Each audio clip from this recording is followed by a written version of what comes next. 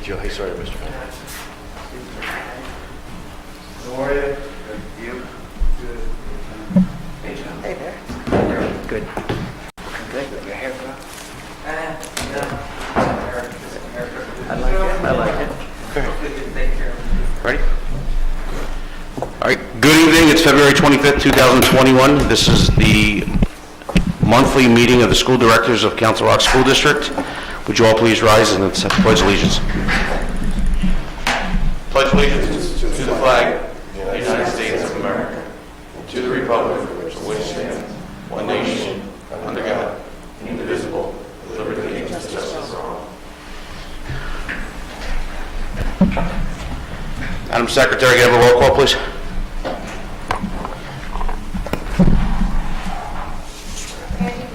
Here. Denise Brooks. Here. Mark Violet. Mark Here. Joe D'Adolfo. Here. Marion McKee. Here. Ed Tate. Here. Michael Moore. Here.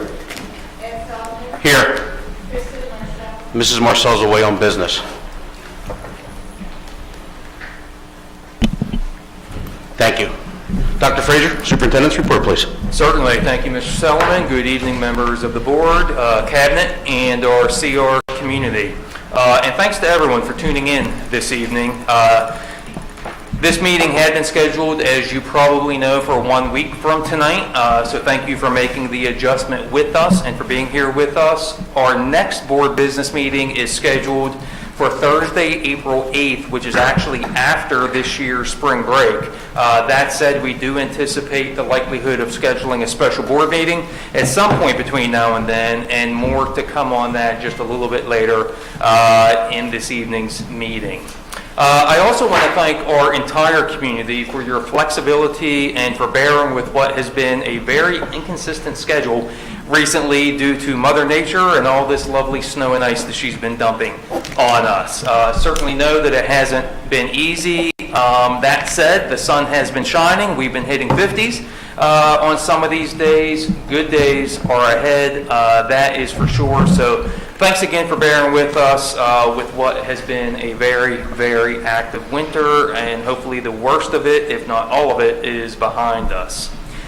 And lastly here, as everyone knows, we are now in our 7th week of expanded reopening at the elementary level and in our 4th week of expanded reopening at the secondary level. This evening we'll be discussing how that's all going and also talk about how Wednesdays will be handled at the elementary level moving forward. We'll also be discussing this evening the annual trip that our senior students take to Disney. We have been thrown a bit of a curveball here this week, the past few days, and we'll want to talk through that topic this evening as well. So we have a number of items for discussion here at the front end of the agenda before we get to this evening's action items, and that is a summary of those items. Thanks, Mr. Selman. Have you obtained your meteorologist degree at this point, or? It feels like I should have. Welcome to Colorado, as I said to you the other day, right? Solicitor report, Mr. Cox. Mr. Salmon, the board held executive sessions on the 18th. That was on personnel, and on the 24th, that was on potential litigation. I circulated my solicitor's report. It was lengthy this month, earlier this week. And that's all I have. Thank you, sir. From there, we're going to go to public comment. I believe we have 5 people on standby.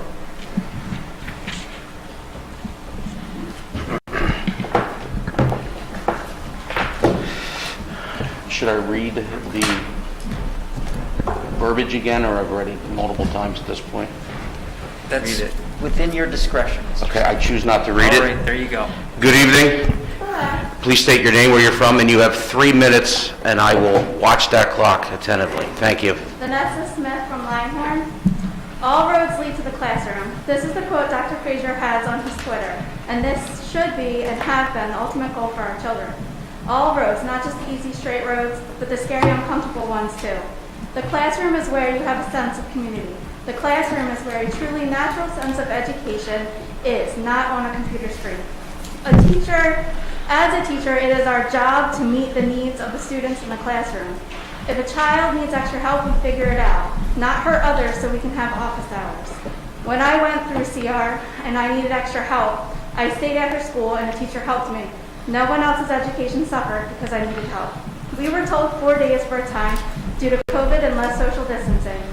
Now that we see the COVID numbers have not drastically increased, new reasons were introduced as to why we still need 4 days. Here are the COVID numbers since 4 days started. Keep in mind, we don't know if these are positive in school or at home cases because that information is not shared. There's been 52 positive cases in the 10 elementary schools. Now let's go back to the July 16th, 2020 school board meeting, where parents were warned about virtual charter schools. We were urged to seek out the academic track record of these schools. Why? Is virtual not the best way for our kids to learn? Is it not truly a natural sense of education? I know parents who enrolled their children from CR and who were sent emails with links putting down virtual charter schools. But now virtual is viewed so highly that CR wants a dedicated day for it. What about screen time for children? I have been told for 19 years not to sit my kids in front of screens. iPromise.com shares screen time guidelines for American Academy of Pediatrics and NICU as 1 to 1.5 hours for children ages 6 to 10 and 2 hours for ages 11 to 13. Obviously, this is surpassed every day for school, and Wednesdays could be up to 4 hours, more than double the amount of time recommended for elementary age children. What can excessive screen time do to children? Well, according to the AAP, HealthyChildren.org, and many other resources, it can cause undesirable health outcomes, such as reduced sleep, obesity, language, social and emotional delays, headaches, eye fatigue, blurry vision, dry eyes, mood problems, lower grades in school, poor self-image, and the list goes on. We need to get these kids off the screens, not just on Wednesdays. It is an unhealthy way to learn and should not be used to explain a natural sense of education. My 4 elementary age children complain every Wednesday. They beg me to let them take off or have a half day. That's not how children should feel about school. They have felt frustrated, unmotivated, anxious, and I've seen many breakdowns. I see none of this on in-school days. Just to be clear, I don't need school for childcare. My husband and I gave up a lot so I could care for my children. My kids go to school for education and socialization, and honestly, I can easily educate them myself. Please vote for 5 days. That was it. Thank you. 2 minutes, 57 seconds. Good job. Thank you very much. Put the mask on. That was- Thank you. Thank you. Thank you.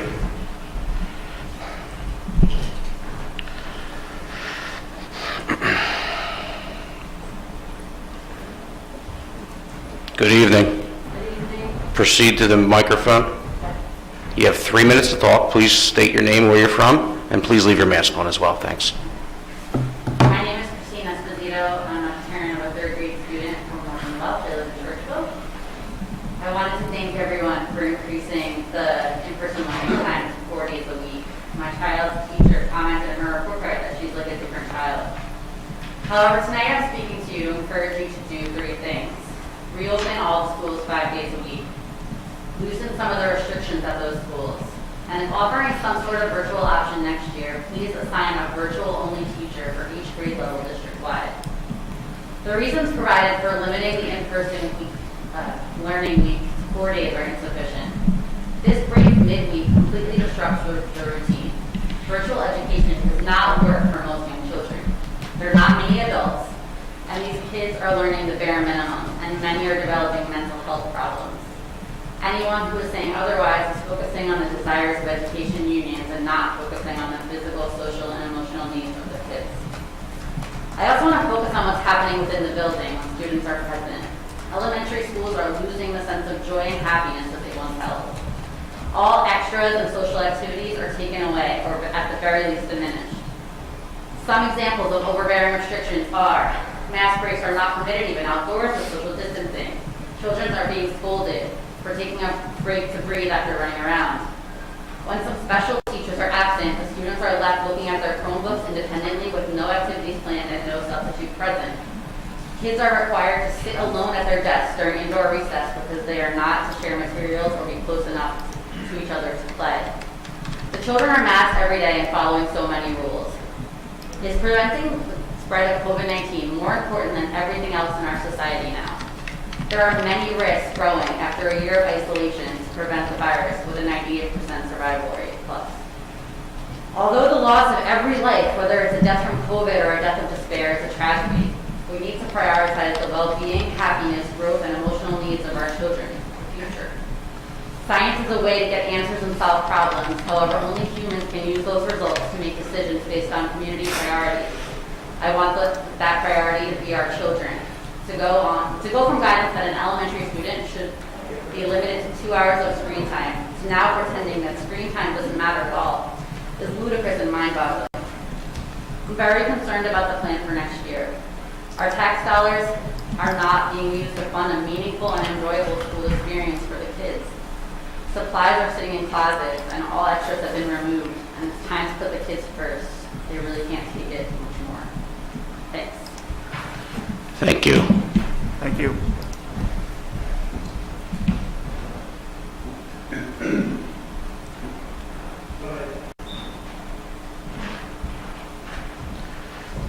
Good evening.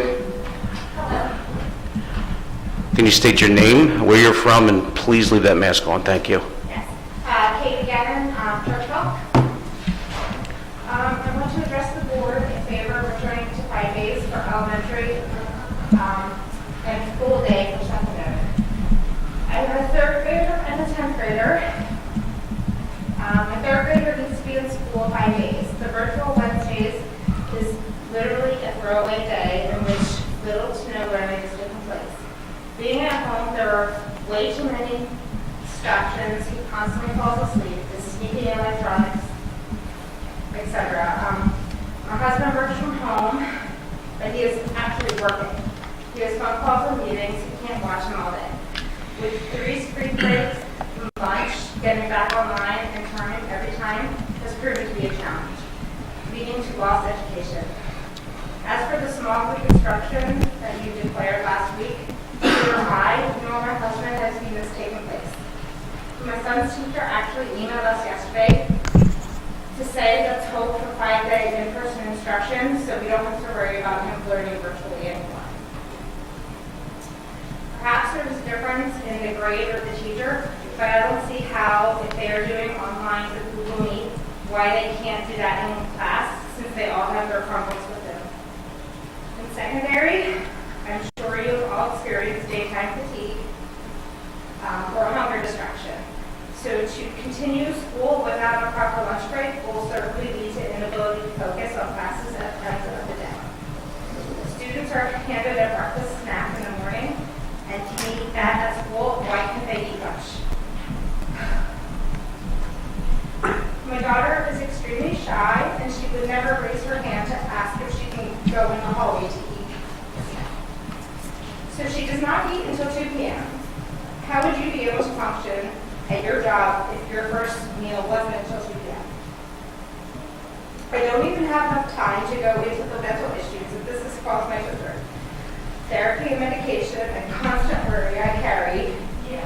But I have emailed you all, and I'm sure you see the studies that are coming out. Bottom line is educating our children is the most effective way possible. While virtual days may work for some, it does not work for all. Virtual church schools are there for those who learn better that way. Our children who can have no other option other than paying for private school. Personally, I feel we've been misled this entire year. They think we would be back in school full time when you, Mr. Frazier, knew full well you never planned on it. And don't plan on it for next year unless the board makes it. I demand this board gives us assurance on a date for when the children will be back in school full time, and if not, let us know now so that we can take our children elsewhere so they can receive the quality education they deserve, because right now they are not receiving one. Thank you. Thank you, Mrs. Gannon.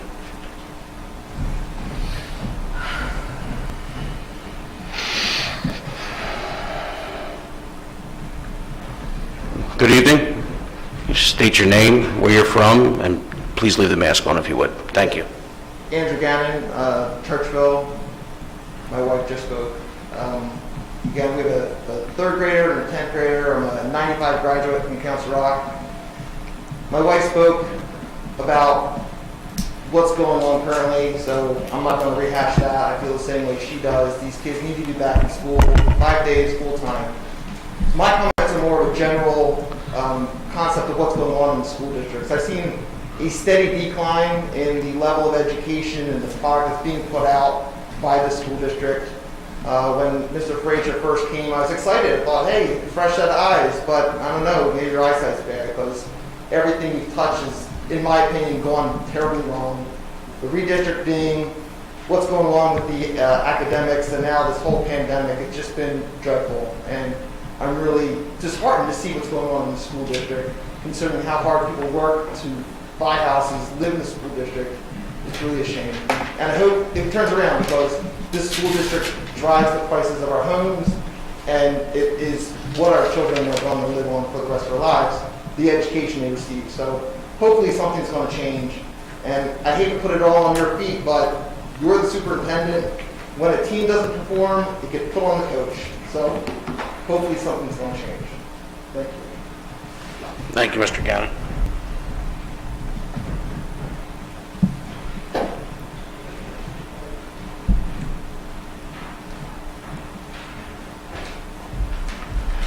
Good evening. Could you just state your name, where you're from, and if you would, just leave your mask on. Thank you. Of course. So I'm Mallory Newman. I'm in Newtown Borough. Just to be completely transparent, I am employed by the district, but I'm only here as a parent of 2 3rd graders who go to Goodnow Elementary. I implore the board to stay at the 4 days a week, Wednesdays, full virtual model for the rest of the school year. Please stop trying to change things. We are still in a pandemic and the rollout of the vaccine is slow. We need to give our children stability. As we approach the 1-year anniversary of the shutdown, we have had nothing but instability with the decision-making of the school board.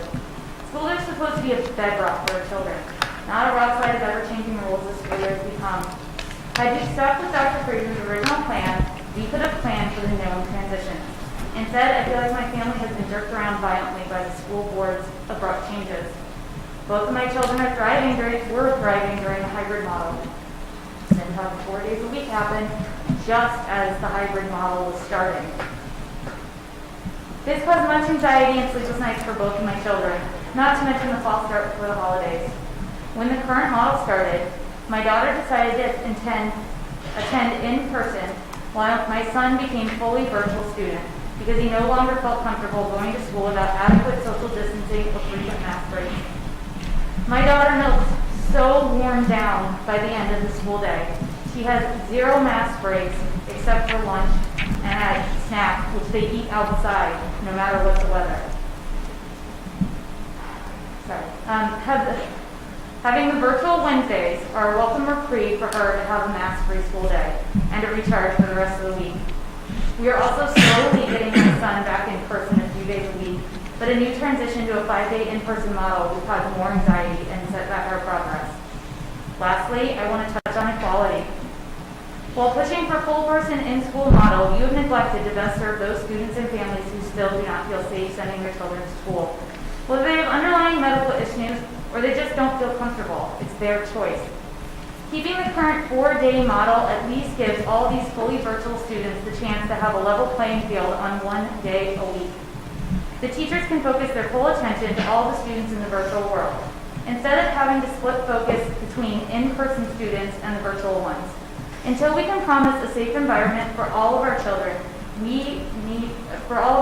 be in school together, we need to stick with the current plan and have some permanence for this ever-changing school year. And lastly, I want to say thank you for all the teachers and staff. My children have both received stellar education, whether in person or online. I am so impressed by the teachers at our school. They have gone above and beyond the call of duty for our children this year, whether they are teaching in their classroom or from their homes. Thank you for your time. Thank you very much. Have a good evening. Tomorrow. Mr. Frederick, is there anybody else? That's it? Sir. And that'll wrap up public comment. We'll go to letter F. Mr. O'Donnell, you mind taking that, please? Sure. Approval of the About the minutes, minutes. please. I move to approve the minutes of the meeting of the Board of Directors on February 4th, 2021. Second, Mr. Block. Any comments? Any objections? Hearing none, I'll ask the secretary to record the motions passing in unanimous consent. And from there, we'll go down to items of discussion, health and safety plan. Dr. Frazier, please. So we don't have any additions to the health and safety plan or changes to present this evening. We did say that we would bring this health and safety plan back on a monthly basis. So we are doing that. If the board has any questions, any comments regarding the plan, we are happy to field those. Otherwise, we'll be able to move on to the second item for discussion. So any questions or comments regarding the plan? Mr. Hidalgo, sure. Sure. It's important to review the health and safety plan because it's affecting the education when the kids are in school. It's limiting our ability to have those small group instructional time that we're talking about so much when it comes to these Wednesdays. So I'll just say I don't think I've ever voted for the health and safety plan, and I'll just reiterate why, because I think maybe we could realign a little bit more, and I want to rely on more of the Bucks County Board of Health. Just reiterate that I'd like to align a little bit more when it comes to the quarantining. It's going to have to be entertained at some point to go back to the level of quarantining that they recommend. At some point, it's just going to help us keep kids in school longer and safer. And so I want to continue to beat that drum a little bit tonight and just say, hey, let's not lose sight on, we're going to have to modify this moving forward at some point, maybe when the virus continues to drop, let's hope. The other point was, I had heard that maybe Mr. Solomon, that you were at an airport and everybody had to stay 6 feet apart with the masks on when you're in the terminals, yet when you go into the plane, you're shoulder to shoulder. And I thought, well, you're down and getting into the business when you're traveling, and maybe that's the same thing we can do with if parents are comfortable. At some point, we have to kind of think about, well, when we get down to doing these small groups in education, we may have to break that 6-foot barrier with masks on and proper hygiene and everything else to get the business done that has to be done. And I think that's all I really wanted to reiterate, is the safety plan is evolving, and hopefully we can continue to look at ways that we can safely get back to educating the kids in person as they need to be. Thank you. Oh, you're welcome. Anybody else? Mr. Cox, based on Mr. Hidalgo's conversation, should we do a roll call here? Yes, Mr. Bialik brought this point up, I think, last meeting, that Okay. the plan the sun sets on the plan each month unless the board reapproves it. So the board should go ahead and reapprove this. It sounds like Mr. Hidalgo may have an objection to the plan. I'm putting words in your mouth, but I'm trying to read between the lines. And so a roll call vote would be appropriate. Okay. You need a motion? Yes, please, Mr. Block. Move to approve the health and safety plan as is? Second. Madam Secretary, is there any comments to that? Any further objections? Can I get a roll call, please?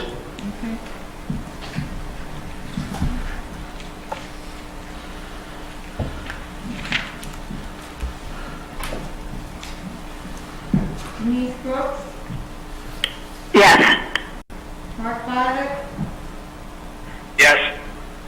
Joe Hidalgo, No. Marion McKee, Yes. Ed Tate, Yes. Dr. Thorwald, Yes, and I'll note that I agree with Mr. Hidalgo that we're going to revisit this. Ed Solomon, I'm a yes, but I also want to talk about this later. Andy Goff, Yes.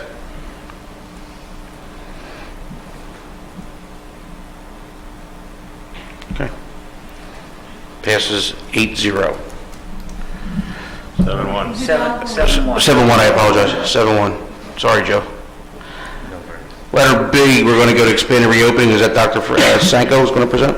I'll start it off and then Please, kick it I over to apologize. Dr. Sanko. As I had mentioned earlier in my superintendent's report, we are in week 7 of elementary expanded reopening and week 4 of secondary expanded reopening. And as I also mentioned earlier, we will be presenting some attendance rates, which Dr. Sanko will be handling for us, and then we will turn it over to Dr. Lambert and Dr. Black, who will report out on case counts and quarantine counts.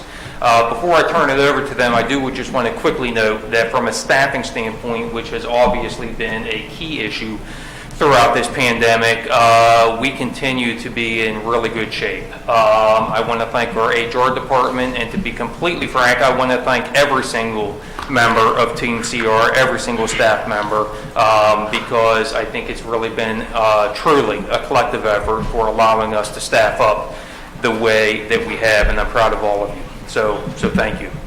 Dr. Sanko, you're up. Thank you, Dr. Frazier. So, as Dr. Frazier said, we were going to provide an update on you on the expanded reopening. The first 4 slides we're going to share with you are school-specific. They're for the secondary schools, and they're based on the in-person enrollment versus attendance.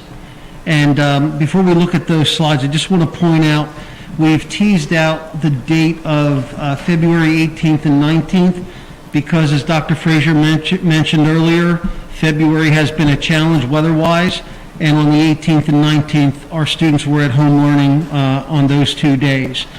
So on these charts, the first one you see in front of you is the daily attendance for Council Rock South, and it's a little bit, there's some longitudinal data there. Remember, we began the 5-day return at the secondary level, was scheduled for February 1st.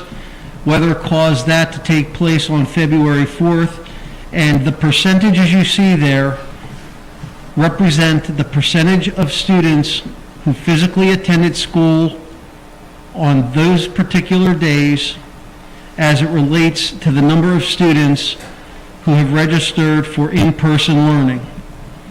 So at Council Rock South, you can see that the attendance, we had a dip on one day down to 45%, but we're running in the 60s and the 70s and the 50s in terms of the number of students who have said that they're going to show up and be in school for live instruction, and 50%, 40%, and so on of our students who said they're going to show up and be there live on some of these days are in fact not showing up in person. The next slide we'll take a look at is Council Rock North, and the explanation is the same. Those same dates have been teased out, and you can see the day-by-day percentage of attendance of in-person enrollment. So take a minute and look at that slide.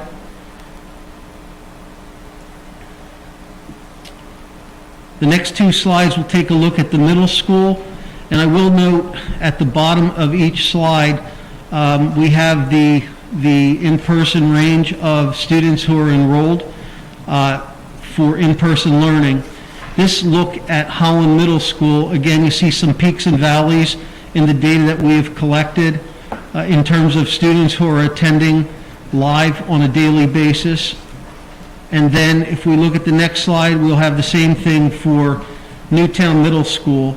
And of the 4 secondary schools, it's pretty easy to identify based on this graph that Newtown Middle School has been most consistent out of our 4 secondary schools as it relates to in-person attendance. And they're running pretty consistent in the 80s. 80% of the students who said they will be there live are in fact showing up live for instruction during the 5-day week.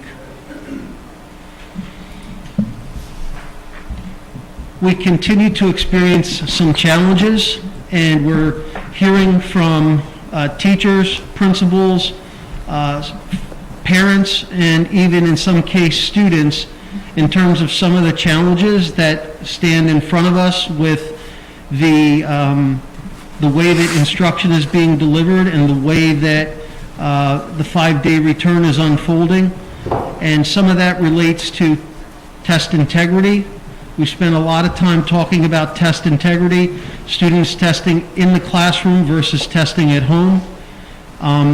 We've also discussed extensively student engagement and being able to have an opportunity for all of our students, regardless of their grade, to be able to connect with an adult or connect with their teachers. And that has proven to be a challenge in some cases for us across all of our schools, elementary as well as secondary. Teachers have expressed some concern of not necessarily always being able to make the connections as easily when virtual learning is taking place. In fact, many have talked about the ability to make the connections in the live instruction and the face-to-face instruction. Although everyone is working very hard to make those connections, it is a challenge in terms of some of the distance learning with regard to our students. We have studied the information and the data on student performance as it relates to grades in certain specific areas or subjects. We have seen an increase of students who fall in the failing category and not performing in terms of the assessment results that we would typically see when we compare those results to previous years. That also offers a challenge to the teachers as well as the students. And we believe that if students have said that they're going to attend, we would encourage those students to attend because we're learning that students are choosing not to attend for a variety of reasons.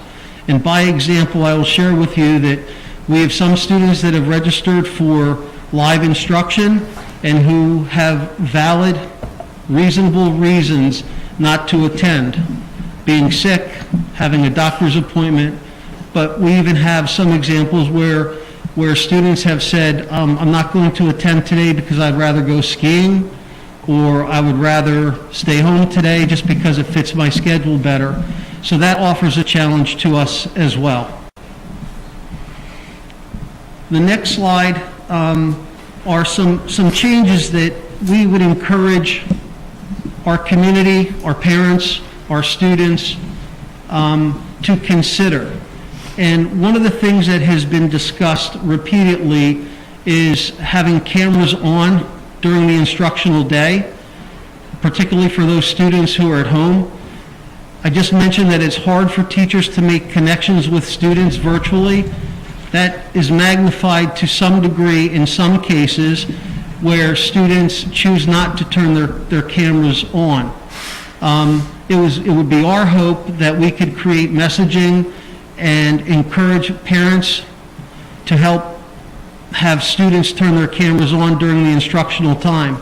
It's a way for the teachers to visually check in with the students. It's a way for the teacher to visually, even though it's on a screen, to see if the student is in front of the computer doing what they're supposed to be doing as it relates to the lesson and so on. Again, we would encourage the students and the parents of the students who have enrolled their children as in-person attendees to please attend school. And we have said since the beginning we want to be flexible with our families. We want to provide latitude. And if you're sick, stay home. We have said that since the onset of this pandemic. However, once again, to repeat myself a bit, we have folks who are choosing to stay home just because they feel like staying home and not necessarily that there is an illness or a sickness. And that really creates a challenge. So again, we would encourage parents to help us have students turn their cameras on, as well as if you've chosen to attend school in the in-person format, please encourage your kids to get into school for the in-person format. A A lot of conversation continues around ways to remediate and fill gaps educationally for all of our students. I mentioned a few moments ago that we have looked at some academic performance, and we have seen more failing grades than we've seen in the past when we compare it to past years for some of our students. The look at the remediation, I think it's important to mention, is not just for kids who may be failing or falling short in a particular area. It's important to think about the kids who are earning the B's or even the A's and performing well. And are there gaps for those kids as well? And how do we remedy and remediate and help those students perform to where we know they're capable of performing? So that conversation will continue with regard to looking for ways to remediate and help our students where they need the help. Additionally, as a reminder, if you think back over the last few marking periods, there has been a window where parents have had the opportunity to choose whether to go from virtual to live or live to virtual. Whether it was the 4-day elementary, the 5-day secondary, or the hybrid, we had a window where parents could identify that they wanted to make a change for their student in terms of their learning model. The fourth marking period is quickly approaching, and that window for the fourth marking period will be opened, and parents will be invited from March 11th to March 16th to once again email the building principal to tell us if you would like your child to return to live instruction or if you would like your student to go from live to virtual. Once again, parents should email their building principals directly during that window, March 11th to March 16th. You will get, as parents, you will get information from your building reminding you of that. And then also, like the past several marking periods, on March 19th, each family will receive an email from HAC that will give parents and provide parents the number of students at the elementary level, the number of students who have enrolled for live instruction by homeroom, and at the secondary level, the number of students by course who have enrolled live. So that will happen again between March 11th and March 16th, and buildings will remind their specific school community about those dates for parents to make that fourth marking period choice. Thank you. Are there any questions? Any questions from the board? We'll start, Mr. Block. Thank you, Dr. Stanko. So the percentages that we saw, particularly at the high schools, 55, 60% of registered full day, which we didn't have 100% registration, so we're looking at 40, 45% total attendance in these schools, if that?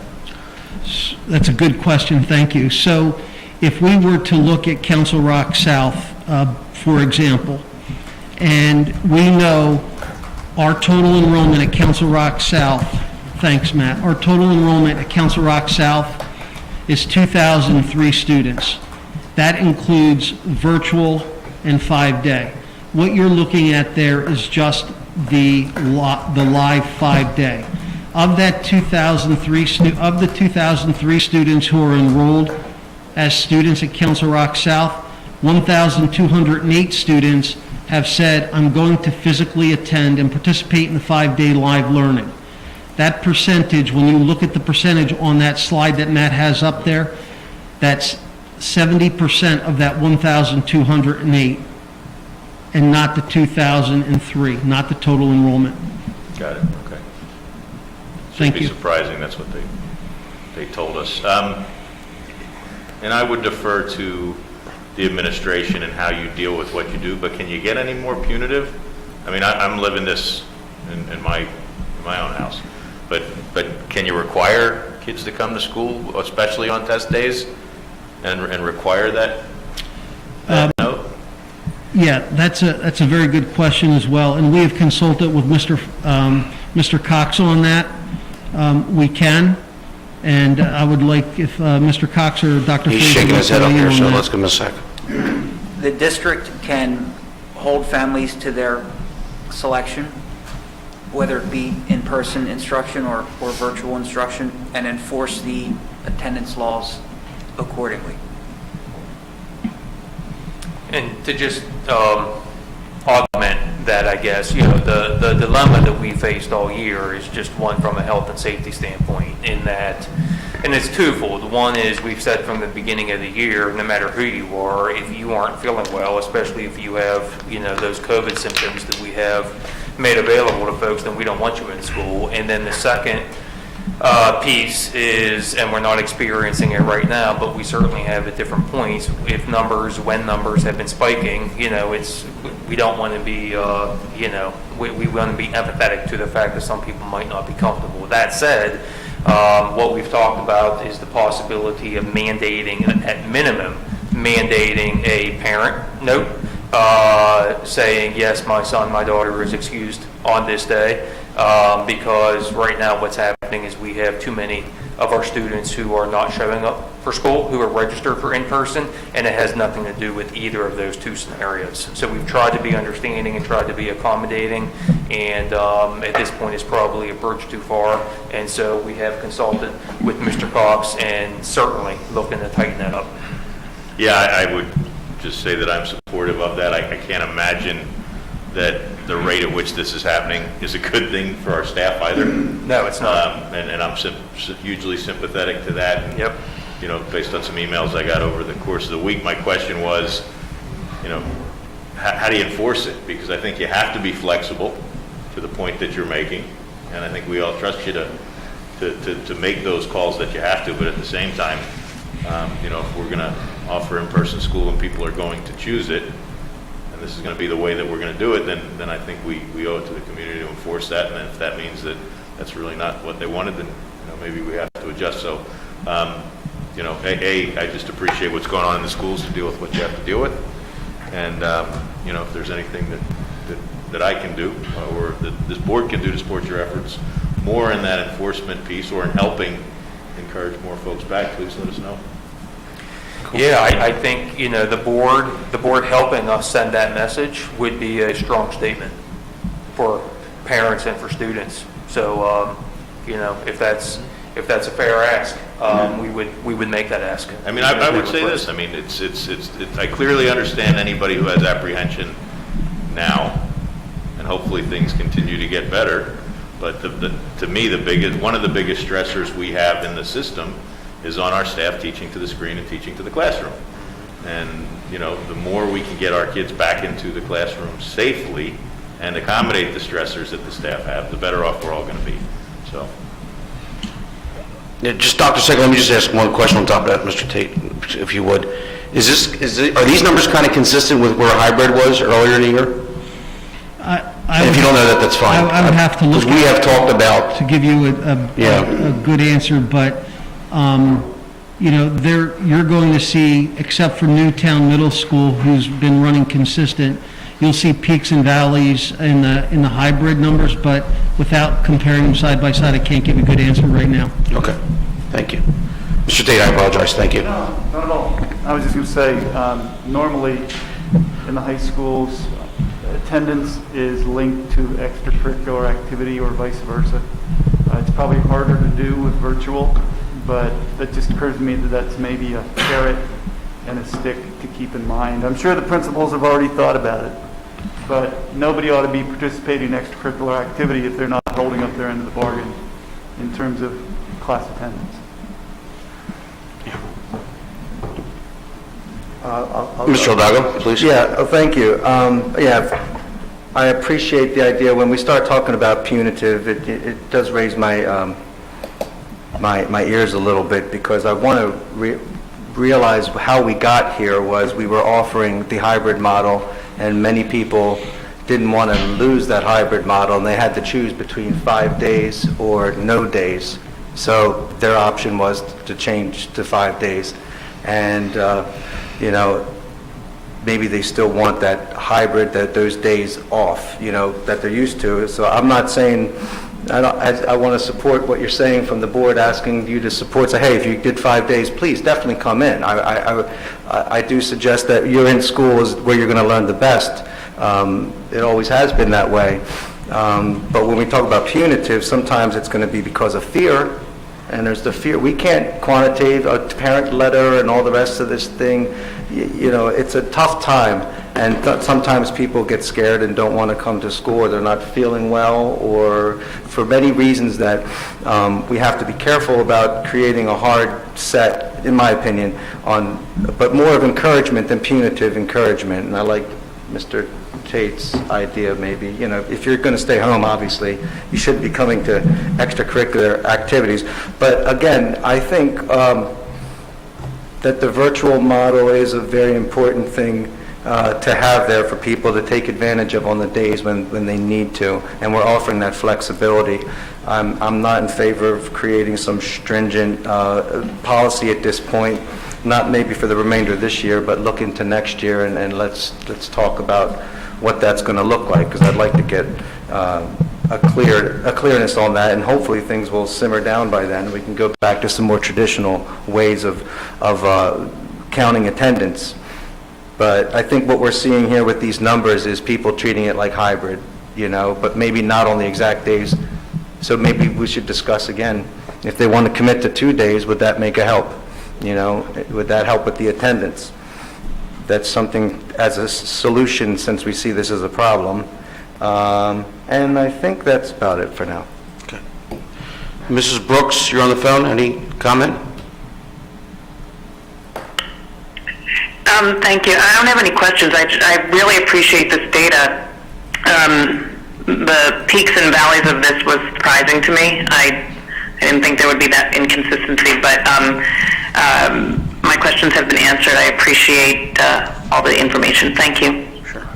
And Dr. Sanko, to the point of the valleys, I know early on there was a pretty strong correlation with some of the valleys to days when we had 2-hour delays called. Is that... So... can you just speak to that piece?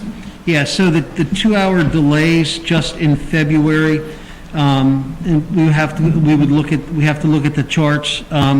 February 8th and February 11th were both 2-hour delays, and then February 22nd, that was just the other day when all K-12 students were dismissed early. So if you look at 2-8 and 2-11, Matt, if you wouldn't mind, start at Council Rock South, and then if you would go through each of the 4 slides again, we can look at 2-8 and 2-11.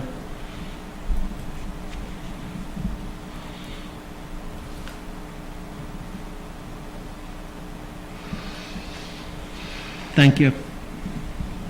Love Mr. Long, huh? We have an outlier.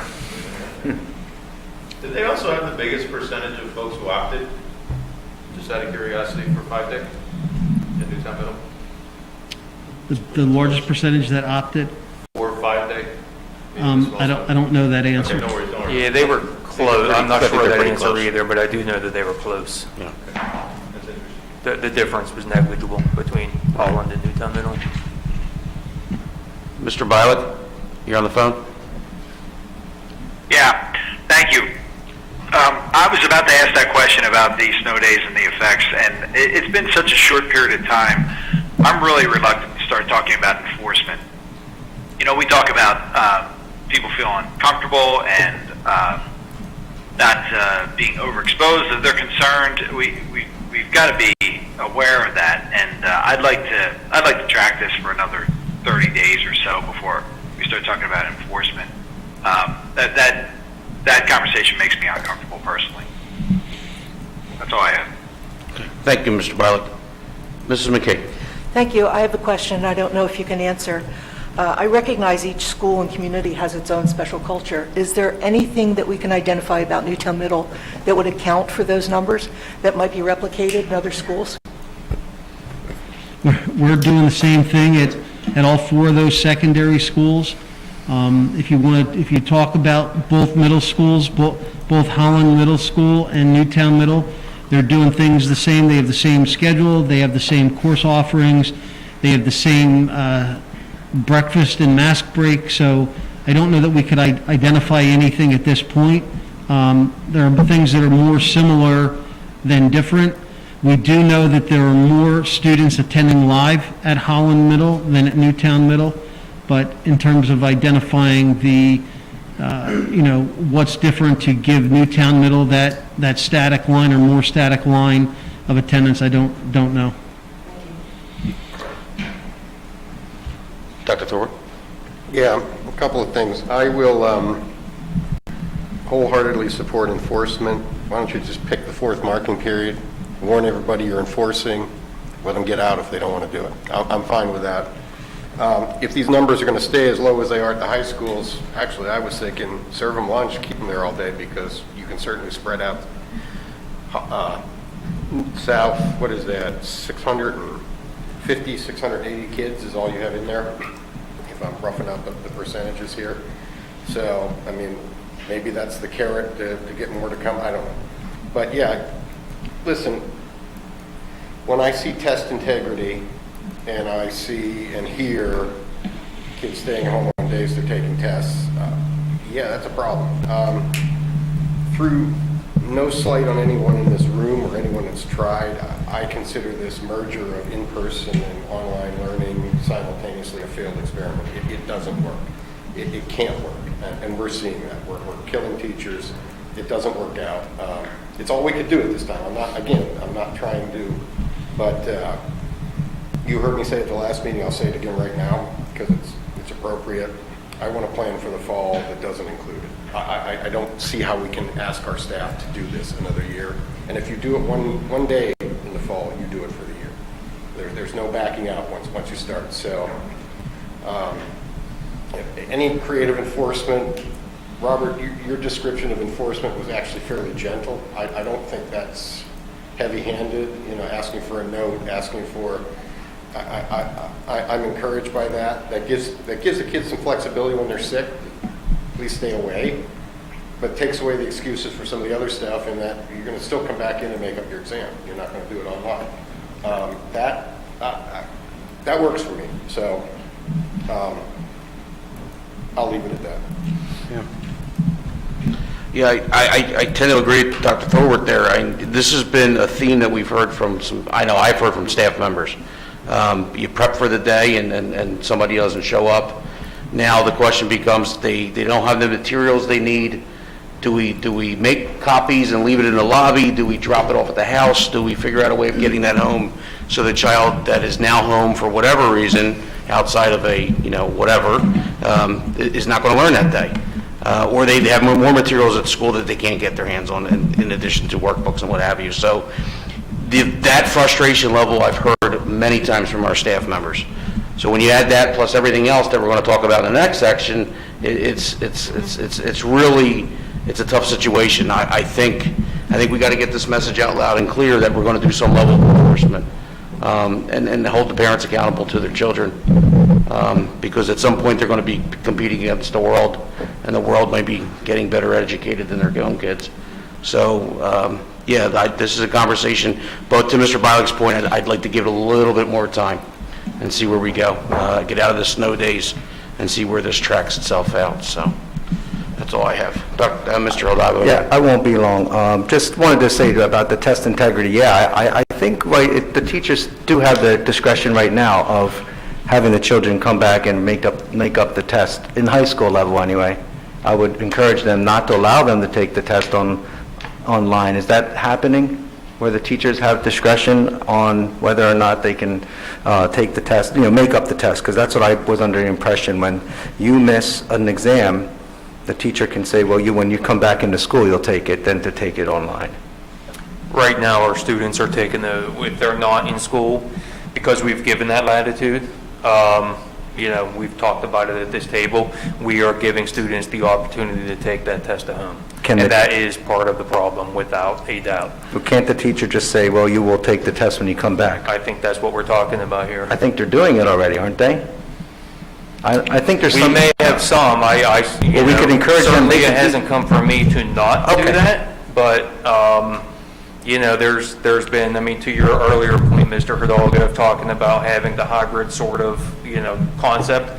embedded with all this. We have some people who, are taking full advantage of that sort of concept and coming when they want, staying home when they don't want. And frankly, in some of our classes, if we want to know when a test day is, all we have to do is look at that class's attendance. And that's a sign of a problem.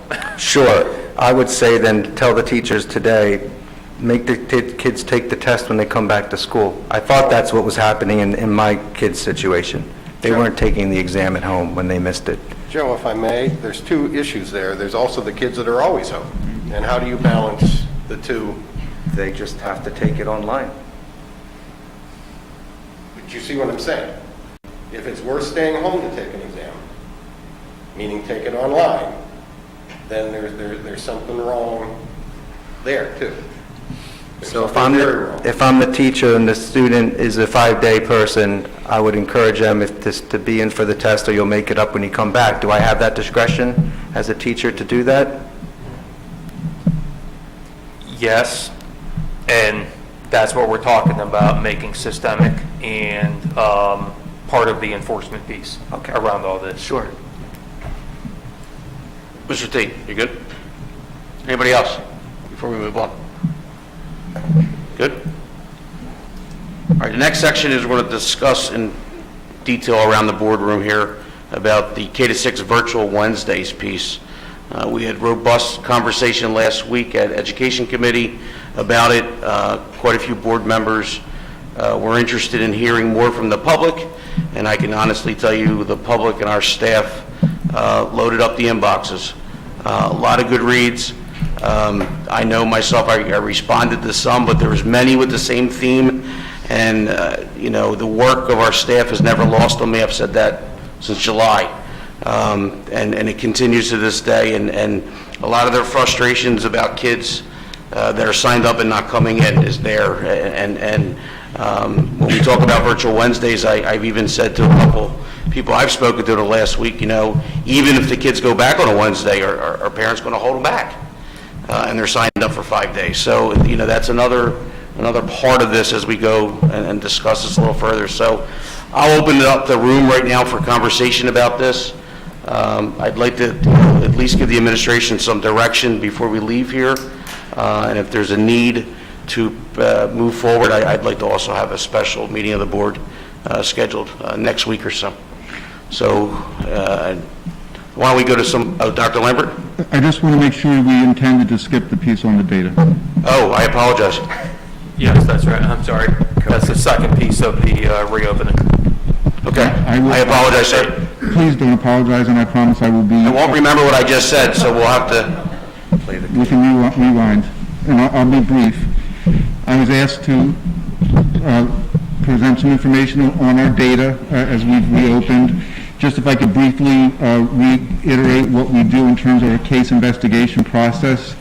We typically receive notification about a positive case from the Department of Health. That usually happens around 3 o'clock in the afternoon. More frequently, we get that information directly from staff and family members. That happens 24 hours a day, 7 days a week, that we get that information that comes in. Once we get that information, we have to look at a timeline of onset of symptoms or the test to determine when this individual was contagious, to see if that happened in school. We then need to contact the building nurse and the building principal, who then start the work that you heard a little bit about in the previous committee meeting in terms of doing the contact tracing, finding out who was near the individual that was positive. That involves pulling seating charts, measuring desk spaces, talking to the individuals involved. We also need to look at activities the student participates in, transportation arrangements that were in place, and the like, to make sure we find all of the individuals that would be considered close contacts. We're focusing on the period of time when the student would be considered contagious. We then notify the families and the staff that were identified as close contacts. We have a sense of urgency ourselves to do that as quickly as possible so that we can keep as many people safe as possible. We then need to send reports of our positive cases and our close contacts to the Bucks County Department of Health. And then we send a letter to all staff and families of students in the classroom or the activity where the positive case was identified. Just to give you an idea of the data that we are reviewing on an ongoing basis that's coming from multiple sources, we look at the positive cases that are attached to individual buildings or schools. That information is what you see posted on the website. We also look at the positive cases that were contagious in school on a given day and the number of related close contacts and quarantines that were case investigated to determine the school closure status. That's the process that we go through in fulfillment of the attestation document that was submitted to PDE. We also look at, which I'm going to share with you in a few moments, weekly averages of daily numbers of cases that are contagious in school and the quarantines. We do that on an average basis rather than an individual daily basis because there's a lot of reasons that data fluctuates from day to day. So you'll have days that look like outliers, so we figure it's easier to look at it as an average over the course of the week. We maintain a database of our staff-specific information who have been identified as a positive case, exposure to a case, or who have been symptomatic. We have a process within the district through a Google form that staff fill out. They can fill it out at home or whenever to identify that information that helps us in keeping that data, but also in contacting individuals as needed. And we also keep that same data and information specific to students. We are constantly monitoring all of this data. It comes from the county data that we receive. We receive data from the Pennsylvania Department of Health website. We look at data that's provided through CDC specific to Bucks County. And occasionally there's pieces of information that we're pulling from the CHOP website. I want to say that it's instrumental. I'm saying a lot of the word we. Dr. Black is one of the ones who kind of masterminds all of this for us. Michelle Adamas, our nursing coordinator, all of our building nurses and building administrators are actively involved in this process on a daily basis. The next three slides give you some data on those weekly averages that I talked about. The blue line that you see there is the average number of positive cases in our elementary schools over the course of time. If you look at the reopening was January 11th is right around the middle of the graph. You can see that you had a slight increase in the number of close contacts. That would be the red line. Once we reopened, not a huge increase, but somewhat of an increase. Again, something that Mr. Barlick said rings true to me. We don't have a lot of data points yet, so I'm very cautious in making any type of generalized statements based on this. But you can see where that's trending, and just be careful that one huge jump. That was a week of the snow days. That was an elementary school. The elementary schools were only in one day that week, so that's just one data point. And that was based on one case in a building where there tended to be a large number of close contacts because of spacing in the classroom. But again, that's just one data point, so it's clearly an outlier. Looking at our middle schools, you'll see the same. The blue would be the positive cases. The red would be the number of quarantines average for the week. You can look at we did see an increase in we're not seeing a huge increase in positive cases. We are seeing an increase in the number of quarantines as a result of more students, as we predicted, being in the building at a given time. And again, you see that huge drop in the last data point. And you'll see the same thing with the high schools, and you can turn to that map, please. And that's because that was, again, last week where we only had 2 days, and fortunately in those 2 days we didn't have any positive cases at the high school or middle schools. And that's the data that we have for you tonight.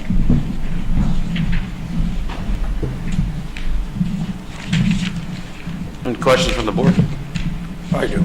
Dr. Torwart, please. I have 2 questions. One is the red line in those jumps. I heard it's because we have more kids in school. We could also, with the stroke of a pen, go to a modified quarantine, and that number would go down in our health and safety plan, for one. But that's just a comment. The second question I have is, since we're talking data, when we quarantine kids because they were next to them, do we track if they ever caught COVID? We do. And? I can say to you that the number of students who become positive after having been identified as a contact, there are some. I want to be careful because I'm not a public health official. It's not my case to determine whether that's considered spread or not.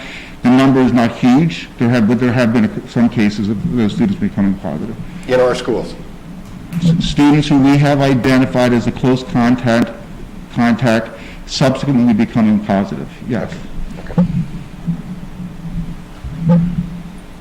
Nobody else?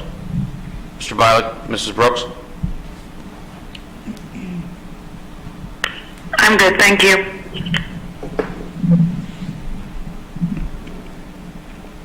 Okay.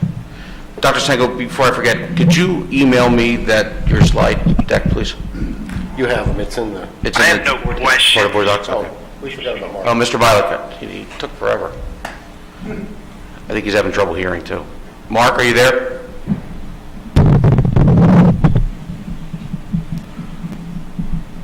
I'll text him. I'm sorry, I'm going to try to keep up. I got to listen to it on YouTube and because the phone connection is very bad. I don't have any questions, but I don't want to miss the discussion. So we're still going to discuss this issue, correct? Which issue are you specifically talking about? The virtual Wednesdays? Yes, we're going to move to that. I jumped ahead. I apologize. Very good. Yes. Thank you. You have no questions for Dr. Lambert, though? I do not, thank you. Okay, thanks. Okay, I apologize. I jumped ahead. Now we're going to start talking about virtual Wednesdays. I don't recall everything I said. I apologize. So I'll open it up to board conversation. I did say that if there's an appetite to have a vote, I'd like to have a special meeting scheduled before we leave here if we could. Mrs. Marcel is not here. She did send a statement that she'd like me to read at some point during the discussion, so I'll hold off on that. Do I want to go around the room, or do you want to volunteer to go first, or somebody? I'll start with Mrs. Brooks then on the phone. Get the people on the phone out of the way first. Mrs. Brooks? I don't have any specific comments that changed substantially since last week. I defer to our educational leaders and the recommendation of the administration. This is a difficult situation, but to me, it's not black and white. There are pros and cons to the virtual Wednesdays and 4 and 5 day instruction, but I'm just reiterating what I said previously, that there are so many moving parts, there are so many considerations, and in the totality of my consideration, the recommendation of the administration is what is most compelling for me to make my decision. Thank you. Mr. Bialik, can you hear me? I can hear you. I'd like to wait and Okay. hear what others have to say, if that's okay. That's fine. Mr. Buck? Sure. I think we all want the kids back, no question.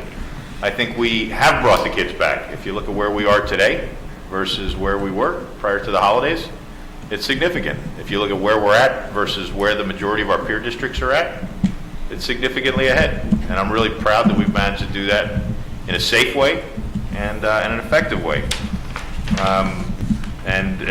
We're almost completely back. And I think what's been the trick is how you do it. This pandemic's impact on every family's circumstance is unique. Everybody has a different point of view. It's not the same for everybody. There can be some themes for groups, but everybody's got an opinion, and not one of those opinions is wrong. It's their opinion, and it's the impact that they have in their house, in their household. And we have gotten feedback from all of those individual perspectives, and there's many sides to this argument, and that's what makes it tough.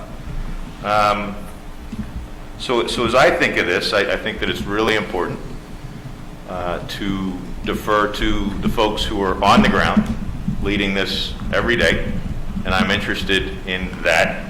But at the same time, I think it's important, because the public has demanded it, our staff has demanded it, to provide an opinion that I have. And you know, my opinion, as has been, I think, consistent through this entire discussion, is one of compromise. It's not do we do it, it's how we do it, and how we do it in a way, and when I say it's reopening, because that's the goal, get the kids back in school. It's how do we do it in a way that brings all of these different constituents along and builds confidence along the way, so we can get the best outcome. That's the most kids in the classroom, the safest way, the most relief for the teachers, and ultimately, you know, the least amount of impact from the pandemic. So in terms of where I sit today, I believe we can continue down the road. I think a compromise, and again, ultimately, you know, we'll defer to the administrative position, but for me, a fair compromise, everything else equal, is, you know, fourth marking period. It provides for those folks who have very good reasons why this is good for education, good for kids, as administrators and teachers, or families who believe this is good. We're still struggling getting back 4 days. It gives them some time, and it gives us some time. And for those folks who want to be back 5 days and want that choice, it gets them back 5 days. It doesn't rush things. Now, that's not going to be great for the people who want to go back next Wednesday. I get it. But it's also, you know, not going to be optimal for folks who prefer to keep this for the rest of the year. So, you know, I'm happy to vote at a special meeting to support that position next week. If I hear differently from the administration in terms of, hey, we can do that differently, right, you know, you know, I'm open to hearing that too. But I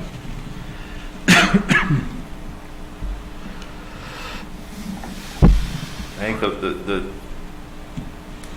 I'll leave it there. I'll let some other folks have. Thank you. Can I just, Dr. Frazier, we talked last week, and I think there was a question from the board. There's a board majority that's interested in time frame to get perishables, food, people in place, that type of thing. What type of leadway would the administration want from the board, and if we get to that point to determine a date that would work, if you would? Did you come up with that, or? Yeah, I did, and I promised the board in the public meeting last week, in the committee meeting, that I would get back to the board before this evening's meeting, which I did earlier today, and indicated that we need a couple weeks lead time. So if we have consensus coming out of here this evening, then I think the 2-week clock starts. Now, today's a Thursday, we're talking about a Wednesday, so instead of calling it maybe a 2-week lead time, we can call it a 13-day lead time. So whatever date that is that's determined, if it's the beginning of the fourth marking period, then that vote can come at any point between now and then. Should the board be interested in a date that is as soon as possible, then what I would suggest the board do is give that verbal direction this evening. That would allow us, that would authorize us to make the announcement to the entire community, internal and external, tomorrow, in which case we could begin this the week of March 8th, so that Wednesday being March 10th. Cool. Thank you. You're welcome. Mr. Tate, would you like to go, or? Sure. Thank you. Sorry, I caught you off guard there. No, that's quite all right. You know, coincidentally, a study came out Monday from the RAND Corporation, which is an unbiased and highly respected research organization. And the title of the report is Stress Topped the Reasons Why Public School Teachers Quit Even Before COVID-19. And among the key findings, almost half of the public school teachers who voluntarily stopped teaching in public schools after March 2020 and before their scheduled retirement left because of the COVID-19 pandemic. And stress was the most common reason for leaving public school teaching early, almost twice as common as insufficient pay. This is corroborated by the fact that a majority of early leavers went on to take jobs with either less or around equal pay. and 3 in 10 went on to work at a job with no health insurance or retirement benefits. You may consider that tangential to the issue at hand, but I can't stop thinking about how stressful this year has been on teachers. It's been stressful on all of us. It's been stressful on my family. It's been, stressful on everybody, as Mr. Block put it so well, in very different ways for all of us. But, when you think about a teacher standing in front of a classroom for a long school day, particularly at the elementary level, I'm sort of biased. My mom was an elementary teacher. I think it's incredibly challenging in a normal school year. And then to think about teachers teaching to a classroom of kids and teaching online, the challenge is immense. And Virtual Wednesdays has been an integral part of helping them cope with those demands, meet the needs of students, and balancing all the stressors that are involved.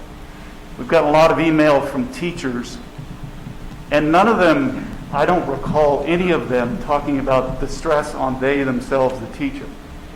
They were not saying, we need Virtual Wednesdays because it gives me a day to catch my breath or a day to have office hours. That's not what it was about. Teachers and principals we heard from as well talked about how it better enables them to serve the needs of students. So I realize that Virtual Wednesdays are a sacrifice for some families, and I think it's not an undue hardship, but it is a sacrifice. We've heard from a lot of parents, mostly admittedly who are in favor of going back to 5 days. We've heard from parents who prefer Virtual Wednesdays for a lot of good reasons. It's not a scientific survey, but we certainly have heard from a lot, and I respect that greatly. My default position on just about any issue is to listen to our experts. As Denise put it, our educators. The educators that we hire and trust to teach our students and run the school district. And their advice to us is continue with Virtual Wednesdays. They're terrifically valuable. I would hate to see them go away. I think they are going to go away. It's clear that there's a will among many to go back to the 5-day model. And I think, as Mr. Block put it, a reasonable compromise would be the 4th marking period. And I just sort of use this moment to, again, thank our teachers and administrators and staff for performing admirably in a very stressful year. So I'm willing to compromise and return to 5 days at the start of the 4th marking period, but I hope no sooner. Thank you, sir, as always. Mrs. McGee? Thank you. As Mr. Salmon said, we've definitely heard from our community members and from our staff, and I thank everyone who has taken the time to communicate with us. And as Mr. Block said, I'm very respectful of each individual's situation, the pressures, the demands made, and the variety of responses on the topic of Virtual Wednesdays. I also agree that when it comes to decisions like this, I want to be guided by our administrators, by the educational experts. And while I've been out of the business for some years now, I can remember very well what it is like to stand in that classroom. And I never had the challenges that our teachers and staff have. I know that whenever a new textbook was approved or a new program was initiated, the question would always be, where will we have the time to learn this new program? When will we have the time to plan together to implement this? When will we have time for a meeting to discuss curriculum? Time was always an issue. And our teachers and staff rise to the occasion every time. They find the time, they make the time. They drive to someone's house and drop off workbooks on their own time. Our staff has gone above and beyond. So when I hear from staff, here's how I use that Wednesday. And as you said so well, Mr. Tate, here's how I use it on behalf of my students. That to me is the most compelling argument to keep this. However, I have been very appreciative of the conversations I've had with my board colleagues. A very good and honest exchange of ideas and positions. And in that spirit, I also would like to see compromise on this topic. Were we to decide to go to a 5-day elementary schedule, I would strongly advocate for that happening for the beginning of the 4th marking period. Again, relying on my previous experience as an educator, such a natural break in the academic school year is perfect for making changes like this, for instituting new ideas, new policies, new programs. So were this to come about, I would advocate for us doing it at that time. And again, I just want to thank everyone for working so hard on this topic and being so committed to doing it in the best way possible for our students and families. Thank you, Mrs. McKay. Mr. Odago? Thank you. Sure, when I went to Mr. Tate, I just thought we were going in order. I appreciate it. Got Really, my attention. well, and we should listen to Mrs. McKee for sure. I thought we were going around to, But that's great, because I said I'd like to Looked at follow. me and she wanted to go, so I default to Mrs. McKee all the time. I get to follow Ms. McKee, and Mr. Tate's points were great, so I'm glad I went and let him speak, because I agree that teachers are fantastic, and those Wednesdays have been valuable to them. So when I read the emails, when we asked for the community to write back, we've got a very strong response from the people who are there in the trenches every day, who I've spoken greatly about in the past and will continue to advocate for. So it breaks my heart, because when I hear all of their pleas, and we're talking about the rest of the year, one parent had said today, and maybe, I don't know how long, it would probably benefit them until we can figure out maybe how to do it another way, adapt another way. I think of the question, or I think of it as, it's not a question of if we go back 5 days a week, but when. And that's what we're talking about around the board here. Everybody's kind of gotten to that point. So we're looking at, on one side, going back on the 4th marking period, and some that maybe want to come back a lot sooner. And when we really whittle it down, we're talking about 5 days, 5 weeks, 5 Wednesdays. But the ultimate truth is, our plan is to go back 5 days a week, and it breaks my heart that the teachers want this Wednesday to be virtual, and it's just not going to be that way. I just don't see how we're going to sustain it, and that bothers me. I'm sure there's other teachers that want to come back 5 days a week too, but there's got to be, out of all those teachers, there's got to be ones that are asking to go back 5 days a week because they feel the relief. So it's just off of my head, but I thought, well, why don't we offer teachers the discretion, again, to call a virtual Wednesday for a certain period of time and trial that out. If that's what works best for them, I'm willing to give them that liberty to do that on a Wednesday, to start for a certain period to test it out, to see how it all goes. I'm all about flexibility. Just like when the person complains or is worried that if we don't have the virtual Wednesday, my student's not going to get that mask break, that psychological break. I say one of the benefits of having both virtual and in-school instruction at the same time is that if someone does need that psychological break, which is a health concern, you can stay home and take advantage of the fact that we have dual educating modes, which, again, is a very stressful situation for the teachers, which I've seen many do well on it. I guess I haven't seen the struggles of some because they make it look so easy, the ones that I've seen. But again, it's not a question of if, but of when, and it looks like we're talking the 4th marking period at the latest. And 2 weeks maybe, but I know that it was recommended by the administration to go back 5 days a week in January, and then that was switched. So we have been there. If I'm correct, it's changed so much, like some people said, that it's difficult to keep track.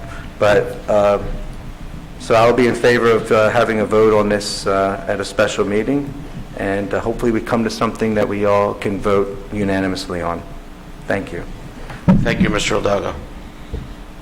Do you want to go to Mark, or do you want me to defer to you? No, I'll go first. All right, Dr. Thorwald. We'll save the compromise question for the end. I'll just note that Neshamony's going back 5 days a week in a week.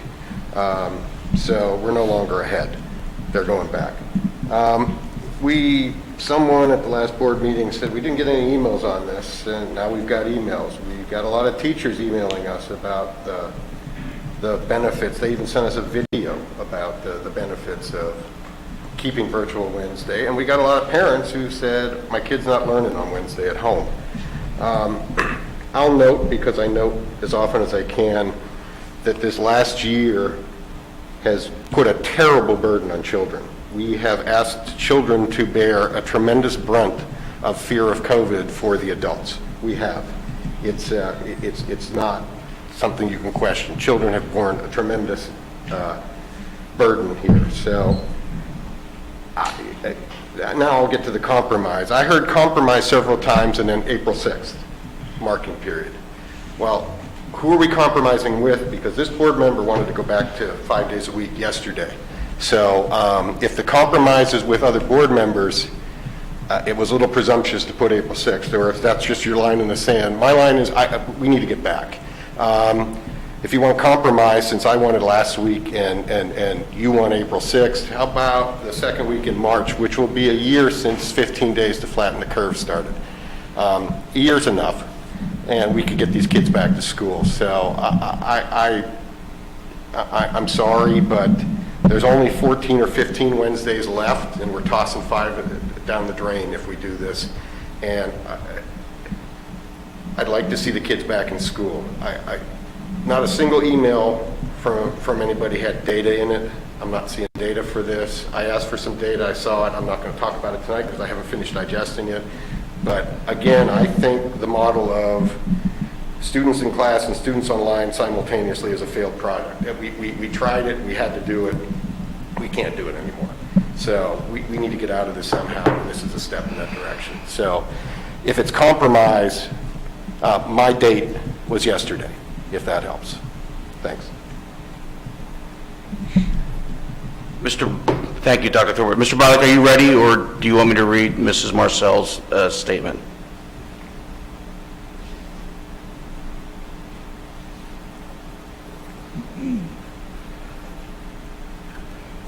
Takes me a second. Is this to me again? Yeah, I'm asking if, Mark, if you're ready, or should I read Mrs. Marcel's statement?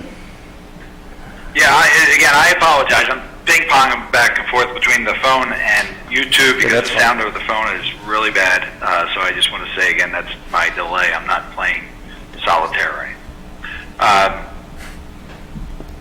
think this is really, this gets more difficult as we move forward. This has been such a slog since the beginning of the year. I appreciate the thoughts of, following our experts, but if it was for us following our experts, I'm not sure if we'd be back in school. We had to push every step of the way to get the kids back in the hybrid, and then hybrid was great. And then it was a fight, a serious fight, to get the kids back in 4 days. That goalpost moved several times. Now the secondary kids are in 5 days, and we're still fighting to get the elementary kids in that 5th day, when this is what we promised. 4 days came out of vapor. It was the plan had been 5 days all along until it suddenly became 4. In fact, I was reminded from all the emails that we received from parents that the registration that we asked via the survey referenced 5 days, not 4 days. I don't even know where 4 days came from, other than the cleaning. Then it was first so we could clean the schools, and then we realized that really wasn't necessary because the cleaning was being done after hours. So it's time. It's time to go. It's time to stop. It's time to stop just obstructing the development of our kids, our educational development of our kids, our mental health. We can't compromise with this. I don't know where this compromise is coming. What we're compromising is our children's education, our children's mental health, and the economic stability of our community. So I don't want to compromise on this. I'm glad that board members are proud of the fact that the boards or the kids are back, but you know, that as I said, that was a fight and a slog, and you know, many board members did everything they could just to stop that from happening. So we need to be bold here as board members, and I don't mind if it's a 5-4 vote. We need the majority to say it's time to get back. And my vote to get back was last week.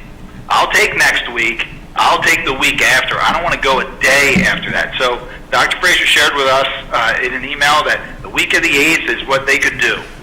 So if March 10th is the start date, that's good for me, if not sooner. It is a real, I hear about 4 and 5 weeks. It's only 4 or 5 weeks, but that again is a very privileged approach to take, because we still have families out there hanging by their fingernails to, now they have to pay a couple $100 a month just to have one child, maybe in Champions, and by the way, that child has to sit with their mask on. That child doesn't get a mask break. That child, doesn't have any small group instruction, or isn't even necessarily in his or her own school. So that's a whole other issue also. But this saying it's only another 4 or 5 weeks, as I've said before, that could be the difference between someone losing their job, losing their home, and other significant economic effects. It's really unfortunate that the board has made this, and I lay this at the feet of the board. The board has made this parents versus teachers. So the vast majority of the pro 5 days came from parents. The vast majority of the pro virtual Wednesdays came from teachers and staff. And that is really unfortunate, but we own this. We've divided these folks, and that is really unfortunate. We need to stop. It's not our job to always follow the experts. We're a governing body. We are not a body put in just to go along with what the administration says. We have to be bold, and we are elected to represent the community. We should be taking care of our staff, and I think we have. But we have to also take care of our community. So I want to see this as fast as possible. I would like to see us vote tonight. It's unfortunate that Miss Marcel isn't there. I understand why she's not. It's a work event. I'm not being critical of her, but I'm glad to hear we're having a special meeting next Thursday, and I would like that special meeting vote to be to reopen for 5 days, beginning the kids in 5 days, have the option to come in 5 days, because this is all about option, no later than March 10th. That's the end of my comments. Thank you, Mr. Bialik. So from here, I'm going to read Mrs. Marcel's statement. Bear with me 1 second, please.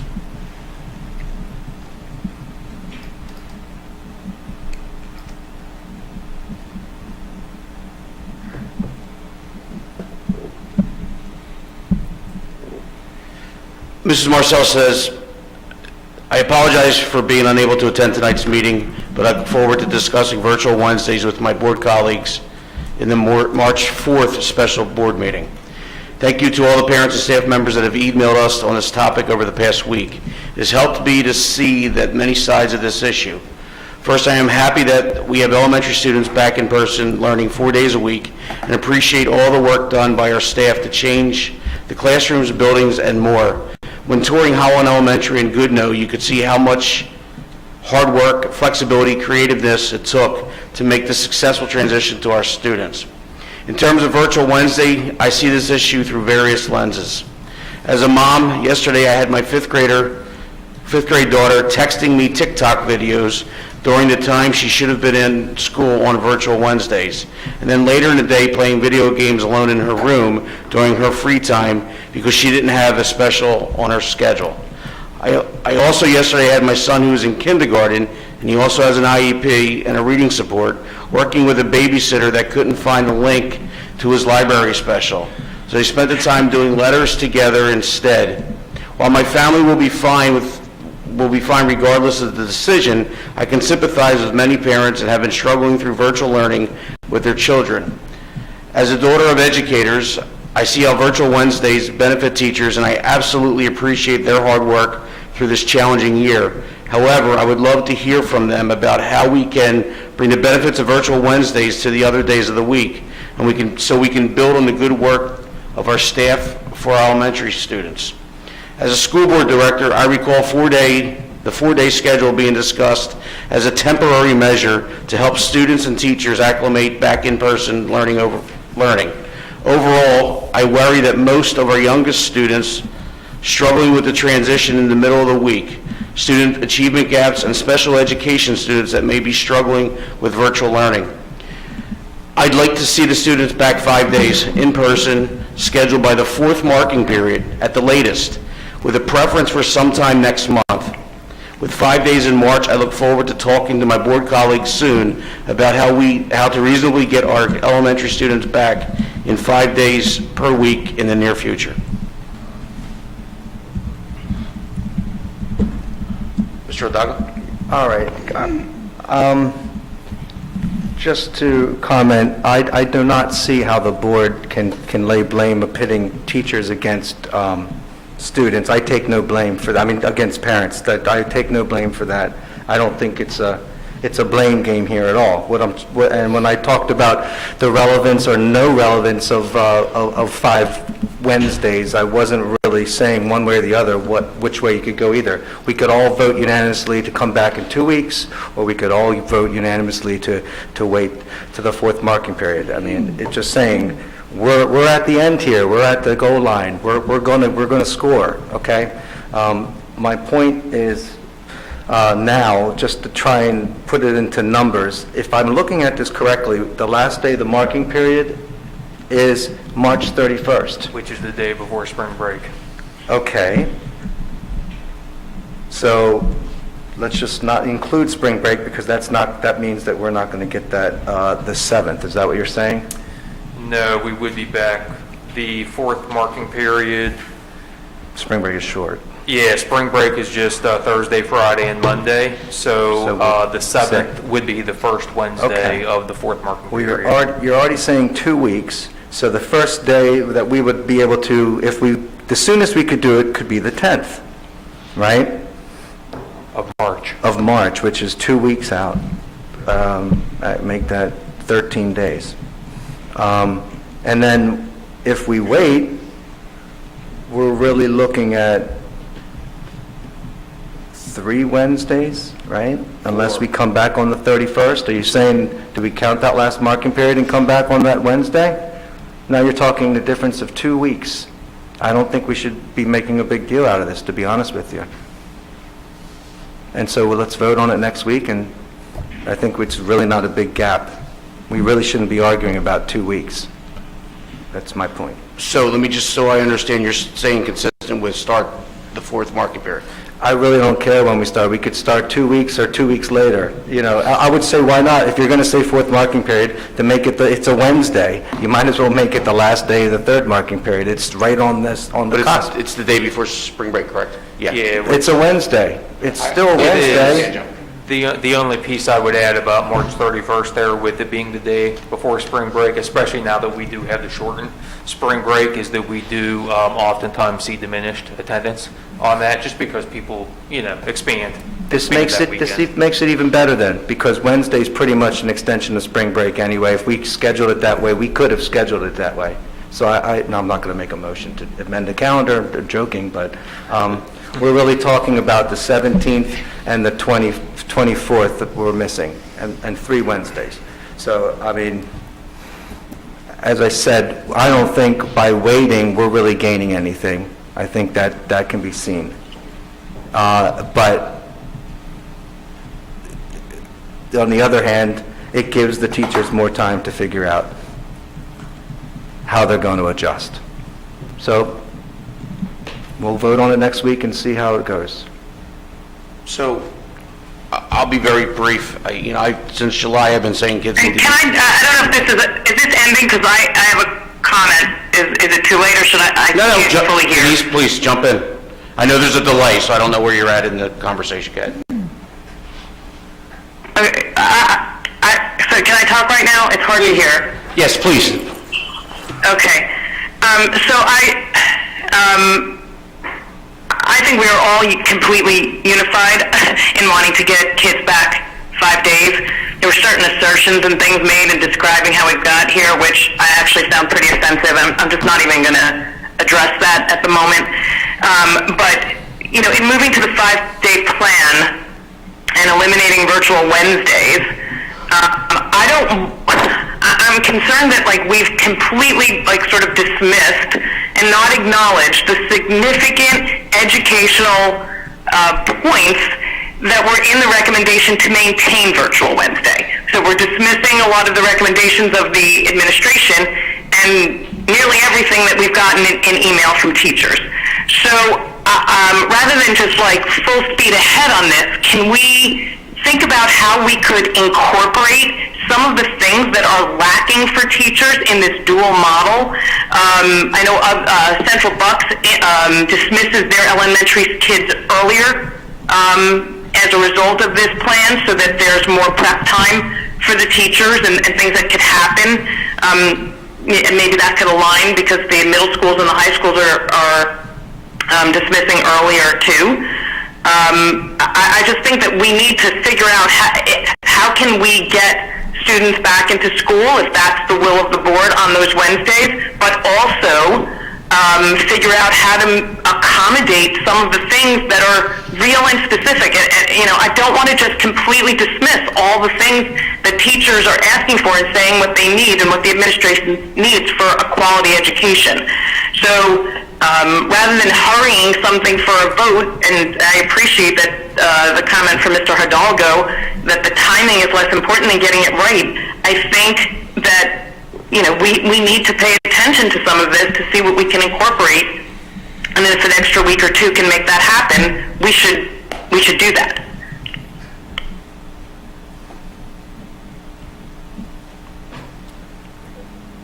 So Denise, are you asking to delay a special meeting until the end of next week? Or, well, just so I'm clear, I don't know I don't know how long it would take for the administration to consider some of this. I mean, I don't know how it plays into the timing of the special meeting, but I mean, I'm not comfortable, which is not to say how I would vote, but I'm not comfortable that we're not addressing the education. You know, the specifics of what the administration laid out and the information that's been provided to us from teachers. So if we can somehow incorporate that, and I'm just offering as a suggestion a consideration of an earlier dismissal, which of course is a little complicated for parents, I'm sure, but you know, it can provide some of the benefits of what our administration and our teachers are saying are missing. So in the spirit of compromise, that gets kids back to school 5 days, but it brings some things to the education and support for the teachers. So that, I mean, I would think that's going to require a little bit more time than a special meeting next week. But I will defer to the administration to comment on how we can explore some things that is not so completely dismissive of these educational key points that have been shared with us. Yeah, it's an interesting point, because Mrs. McKee and I were on the phone today, and one of the things that we both kind of aligned on is that we're hearing both sides, and we're the ones in the middle of this. And then we talked about the elementary schedule, and how we've talked over, before I was a board member, since I've been a board member, about that schedule in itself. And then with Mrs. Brooks just said, you know, that's always going to be, how do we find the time? And as Mrs. McKee said, you can't extend the day, I think he said to me. So that is something that, you know, is interesting. So, yeah, I don't think we win, because no matter what happens, someone on the other side is going to feel that the board has let them down. I truly believe kids need to go back, but I truly think that the teachers need some level of support with what they're getting on the Wednesdays. How do you get there from here? And I don't have that answer. But I do think it's important for the kids to get back there 5 days. So Mrs. Brooks brings up a good point. I don't know about early dismissal of elementary kids. That to me is, I don't know. if I may. Sure, please. Well, We're having a discussion. I'm never going to support early dismissal for elementary kids. We're just kicking the can and tossing the Wednesday and spreading it out over 5 days in terms of lost time in class. Two, I'd ask, I guess I'm not asking, I'm pondering. In 2019 and 2020, we educated kids 5 days a week from 9 a.m. to 3:30 every day. And while I admit and hear that it was never time, we never considered dismissing early then. We never considered not going to school 5 days a week. So it can be done if we wanted to. I can't wrap my arms around why we need to suddenly shrink the educational time down by 20%, basically, every week. I mean, is this the new education model that we don't need 5 days a week of school? I mean, that because, as I stated early on, we're rewriting education here. Without debate, without discussion, we're changing it. Is 4 days a week enough for elementary kids? That's, and just 1 day at home doing asynchronous, or half a day at home doing asynchronous. Is that right? I don't know, but I do know that prior to COVID, prior to a year ago in 2 weeks, we were educating kids 5 days a week, and even educating kids 5 days a week, there wasn't enough time. So I don't know where to go, but Yeah. It's a good scenario. It's tough to make that decision. So, Mr. Tate, please. Just like to make one more brief comment. I really appreciate what Mr. Hidalgo said. I don't think there's a divide between our community and our teachers over this issue. I think people are coming at it from a different perspective. I don't think there's a division that's been created by the board. In fact, a lot of the email that we've gotten from parents asking for a return to 5 days, in the same email, they'll acknowledge what a terrific job the teachers are doing. I'm looking at one from a elementary school mom who says, our teachers have done an incredible job of adapting to the ever-changing demands of educating our kids through a global pandemic, and I trust their ability to pivot and reach each and every kid without maintaining a virtual Wednesday schedule. So it's not an us versus them scenario. And I think that comment was unfortunate. I'm glad Mr. Hidalgo addressed it. I think we all, including every parent in the district, recognizes what teachers have done. So thank you. Mr. Hidalgo again. Thank you, Mr. Solomon, and thank you, Mr. Tate, for that comment. I would just say I'm not in favor of shortening the elementary day. It's just not even something I want to entertain. That's it.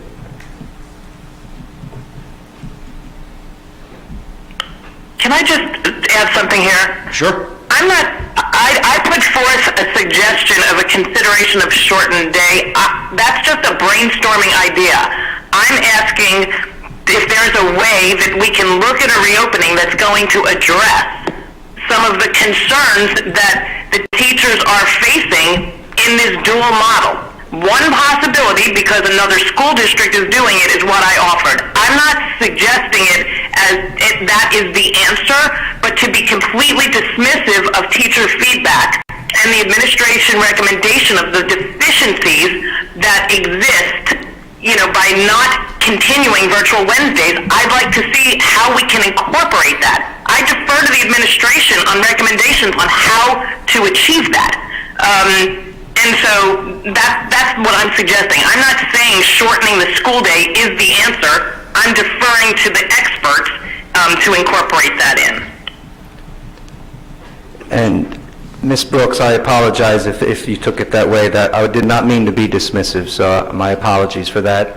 What I would just also say along that tune, should I say, is perhaps we give the teachers that latitude to do that virtual Wednesday for a period of time. It sounds a little outside the box. I see some ideas with that, but how about we think about that, brainstorm with that along with what, with Mrs. Brooks' suggestion. Dr. Fraser, I don't want to put you on the spot here, but it, you know, seems to be some level of a consensus to put the kids back on Wednesday. And in light of what Mrs. Brooks said about getting creative, coming up with some ideas, hearing what can be done, tell me what you're thinking as you're hearing some of these comments.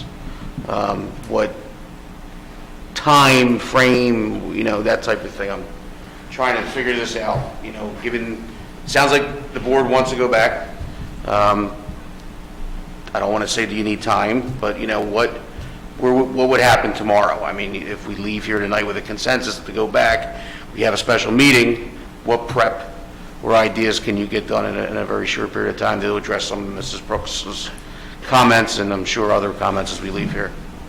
Sure. So I'm certainly hearing the same, the consensus to come back on Wednesdays. I agree wholeheartedly with Ms. McKee and her comments about a natural break point in the academic calendar. It just makes sense from a teaching and learning standpoint, so I would recommend the beginning of the fourth marking period, which is whatever that Wednesday is, the 6th or the 7th. In terms of early dismissal at the elementary level, you know, right away, my mind, when I was listening to that brainstorm, that suggestion, if you will, went to fiscal, because we've done that fiscal analysis. I've shared that fiscal analysis a couple times with the board. Mr. Stone, I'm going to look to you to make sure I'm not incorrect here. I want to say that, well, and I guess first, for the community's edification, what we have done this year since having the early dismissals at the middle and high school level is we have gone to a 4-tiered bus system. So what that looks like is high school first, then middle school, then our private runs, and then elementary, because we have that gap in between.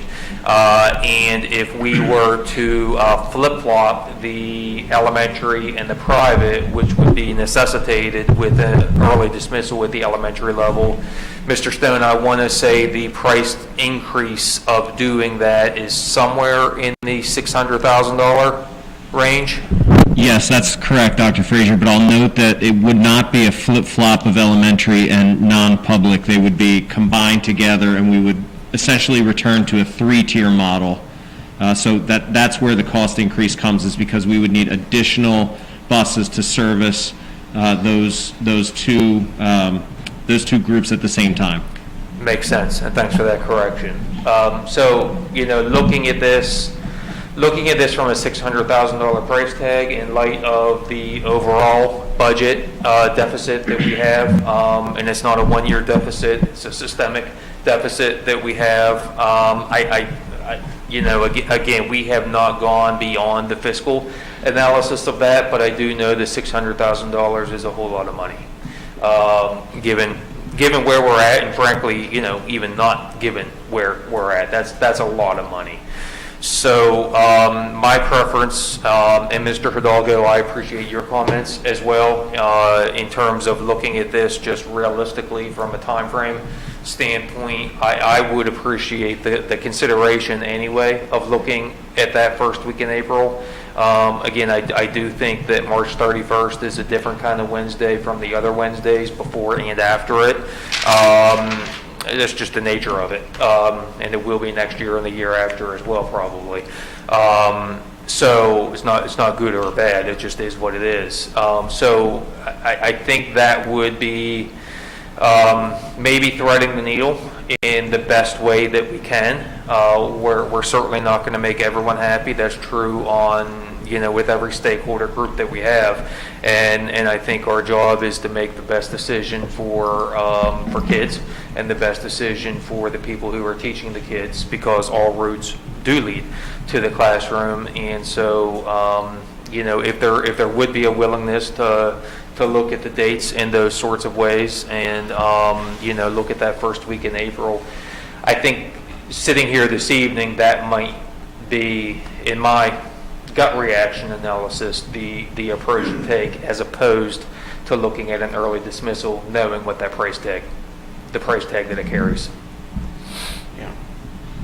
And to address some of the comments from Mrs. Brooks, and Mr. Bialik, I'll get to you in a second, with looking at the schedule and trying to find those minutes of the day that I don't want to say were lost, but, could that be expedited in this, over the next marking period, to trying to find some efficiencies with the kids back there at all? I mean, that's probably something that they may not even have time to do that, I guess.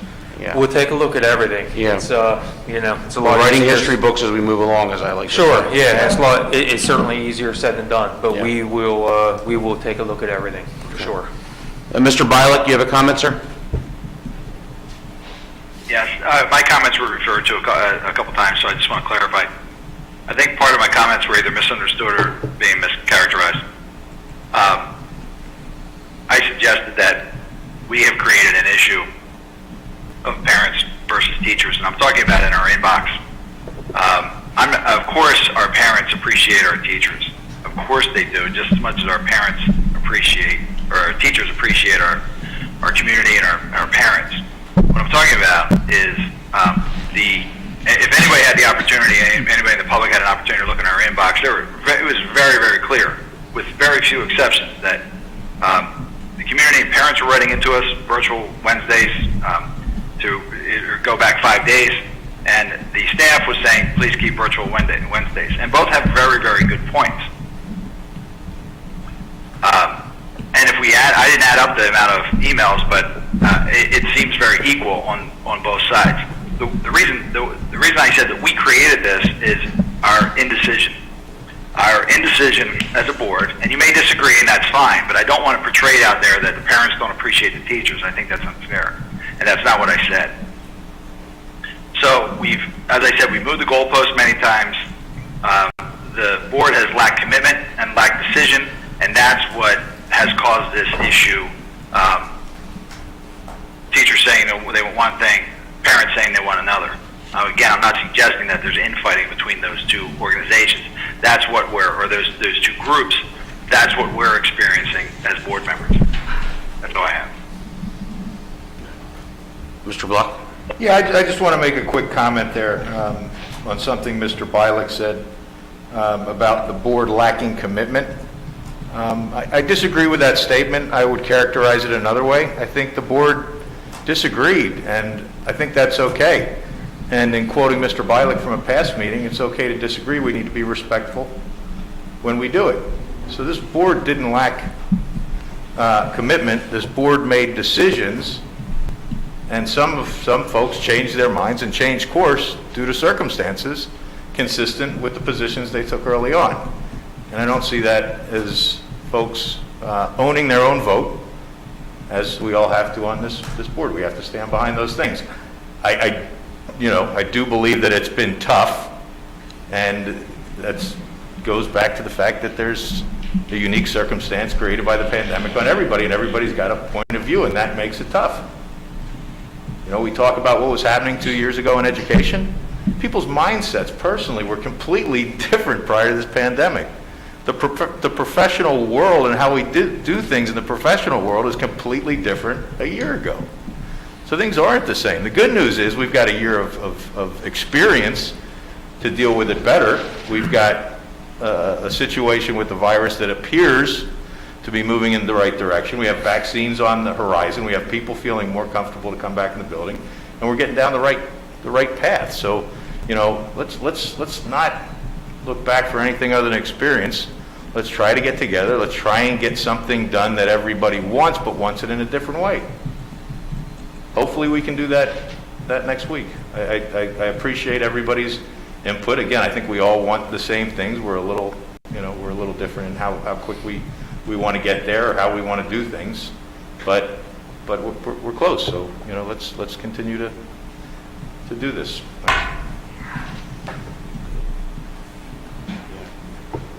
Okay.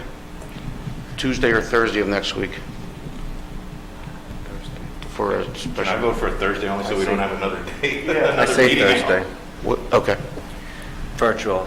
The only clarification I want to provide is absent consensus / verbal direction this evening, then we will not be able to hit the 10th. So, and that's okay. I just want to make sure that that's clear to the entirety of the board. So, whether it comes from verbal consensus this evening or whether it comes from a vote next week, as soon as we know what the date is, then it would be 13 days from that point forward would be the soonest that we could do, which, again, if we're talking about the beginning of the fourth marking period, then it's moot. If we're talking about as soon as possible, then it's relevant. Right. I just want to make sure that that's not lost. Well, I don't think you're on hearing the board. five that are saying go in 2 weeks. I think some people want that, but I don't. I'm not suggesting that. Yeah. I just want, from my Okay. position, I want to Yeah, make sure that that's Yeah, clear. I'm trying to keep track here, and I have 4 for the fourth marking period. Mrs. Brooks, I'll leave in the beginning it was the administration. Mr. Bialik, Dr. Thorwart are earlier. Mrs. Marcel was earlier, but she could live with the fourth marking period. And obviously, I would like it earlier, but I would do whatever it takes to get the kids back.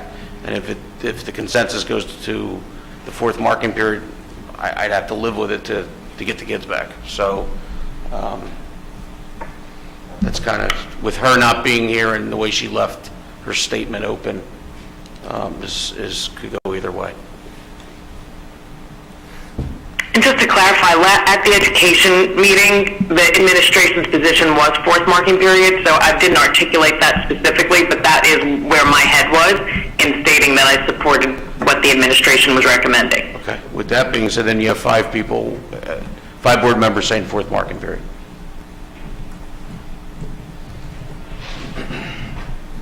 Unofficially. Unofficially, correct. So we'll plan a meeting next Thursday, remote, Zoom. If that's agreeable to the board, that would be Is there any preferable. objections to that? I honestly think we should have some kind of public comment. I'm concerned by that. This is momentous to parents. Do we want to come in here? You can skeleton your staff, Robert. I know I'm dragging you up, but I want to give parents a chance to weigh in.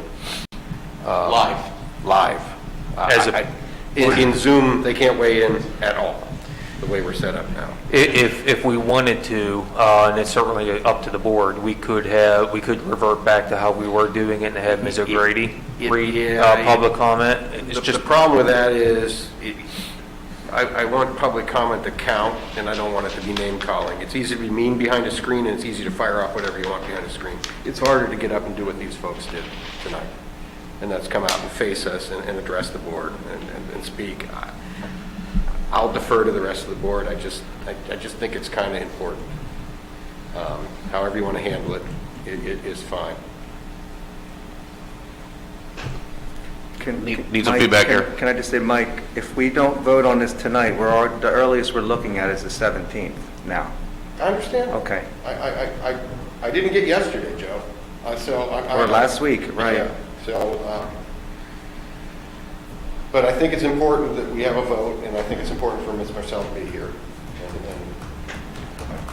Yeah. So. Mr. Block, you have a preference? No, well, I mean, I agree with Mike. I think we need to have a vote. I think Ms. Marcel needs to be here. I think we need to set the date sooner than later, regardless of what that is.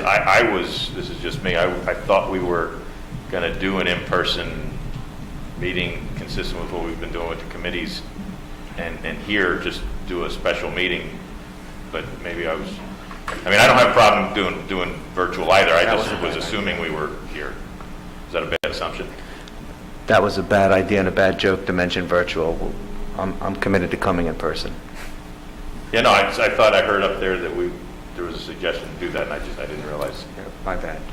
I mentioned it. I think Dr. Frazier and I talked. We were going back and forth a little bit. I personally would have no problem coming in. I tend to agree with Dr. Thorwart. Give the public a chance to come in. I know that could be a very quick situation, but I think we owe it to the public to do a public meeting. I don't have a problem with that. I mean, we've got a new process that, what do we take 60 minutes or whatever, and I think that's fine. I just assumed we were going to be here doing it, frankly, so. And that gives me another chance to say before the 6th. And I want to say that as often as I can. And maybe I can sway the board. So. Anybody else against in person? Okay. So we'll have a special meeting next Thursday. You need to have Mr. Stone, you got that from an advertisement standpoint? Thank you, sir. Do we haven't looked at the calendar, I've been busy this week. We have nothing next week. We have nothing, okay, good, so we're not going to be. No, we can't, the education committee was supposed to be next week, we moved it Got up. it, okay. Moved the board meeting All right. here. Well, we Yeah, got the agenda, let's get to it. We've been manipulating it. Well, thank you for that conversation. We're going to move on in the agenda if nobody has any objections. Okay. Dr. Frazier? Yeah, so we have one final item for discussion. I mentioned it earlier, that we were thrown a curveball here within the past few days relative to the senior trip to Florida. Historically, of course, that has been to Disney World. And Dr. Sanko is going to take over from here and explain what's happened here the past few days and walk us through where we're at. Thank you. Thank you, Dr. Frazier. As Dr. Frazier just mentioned, we learned some changes with regard to the traditional Disney trip. And if I could get you all to rewind a little bit and think back, we presented the Disney trip to you some time ago, and you had to take action on the contract.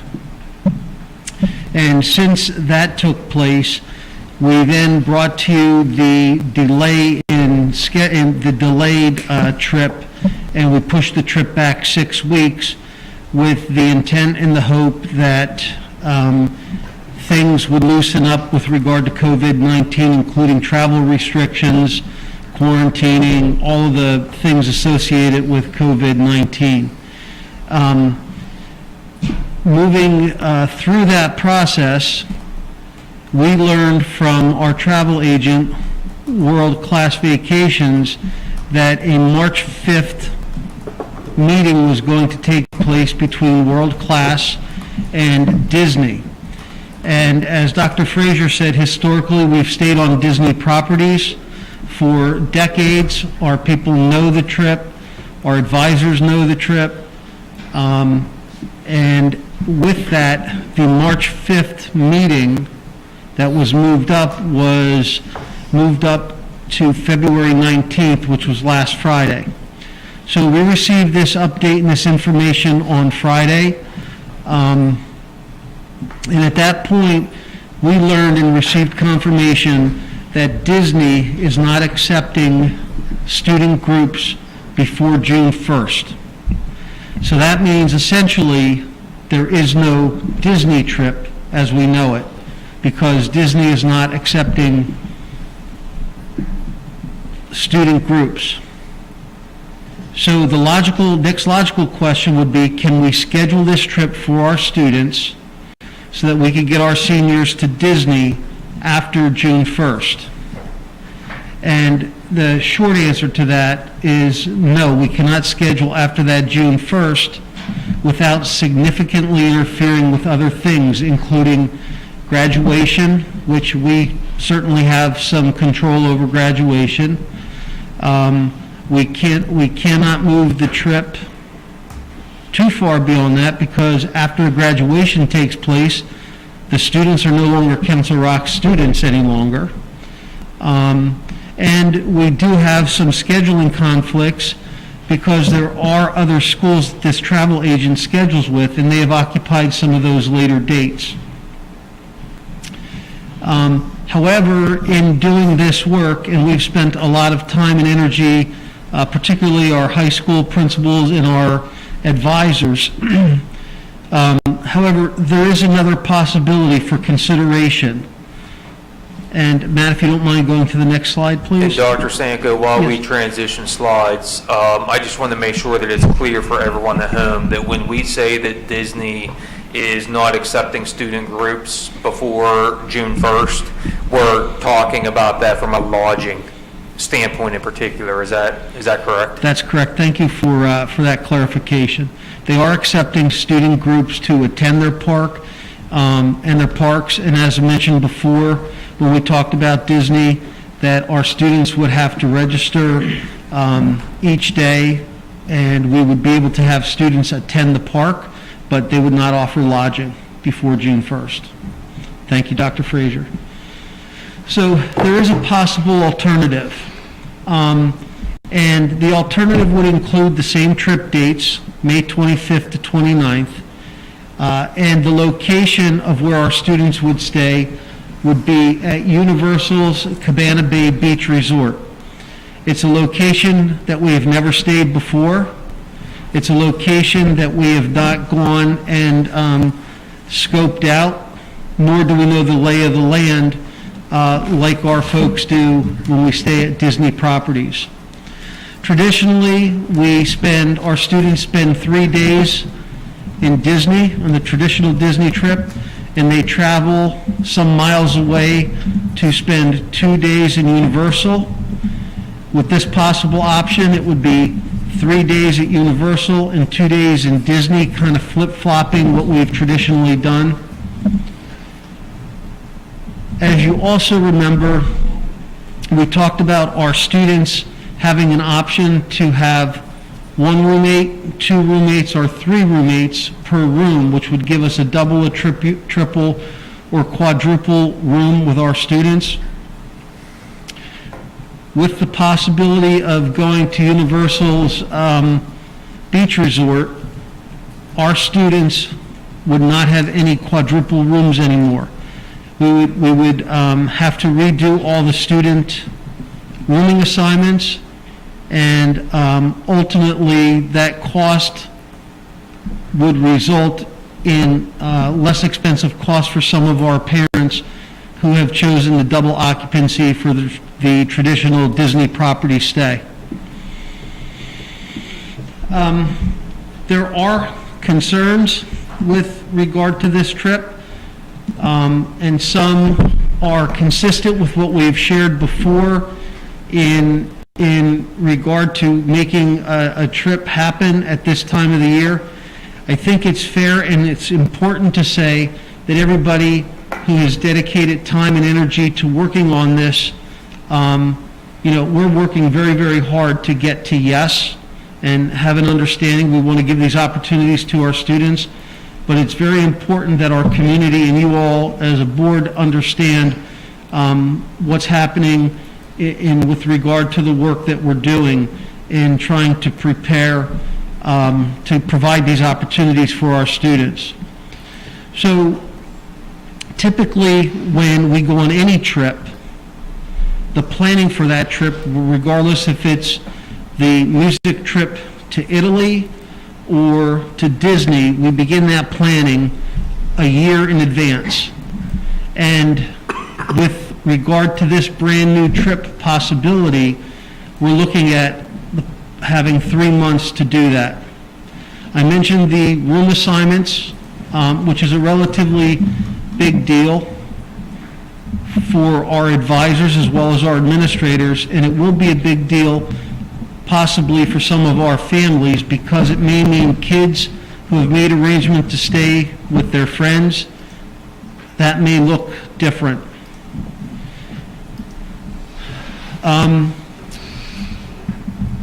If we move in this direction, Mr. Stone in the business office will have to work with our families to issue refunds for families who registered for the double occupancy under the traditional Disney trip. And I mentioned already that students may have to change roommates, but students may also want to change their mind. I don't know whether staying at Universal would impact the decision-making by parents or students, but that is a consideration. There are an enormous amount of logistical challenges with regard to a new venue, some which include the itinerary, the eating, the park options, and the transportation. We know as of our most recent meeting, Universal closes at 6 p.m. What we don't know is if those times will change between now and that May 25th date. We also know that the Disney parks that our students would be attending, the hours at those parks have been reduced, and we don't know if those hours will change either. And I mean, will they be cut shorter or will they be extended? We just don't know that. There is an increased amount of unstructured time with the decreased hours that the parks are open. And we also know that the atmosphere at Universal is less family-friendly, as it has been described to me, than at the typical traditional Disney properties. Previously, we've spoken with you all about waivers that are needed for this trip. Council Rock School District has provided a waiver that will be required those in attendance to sign.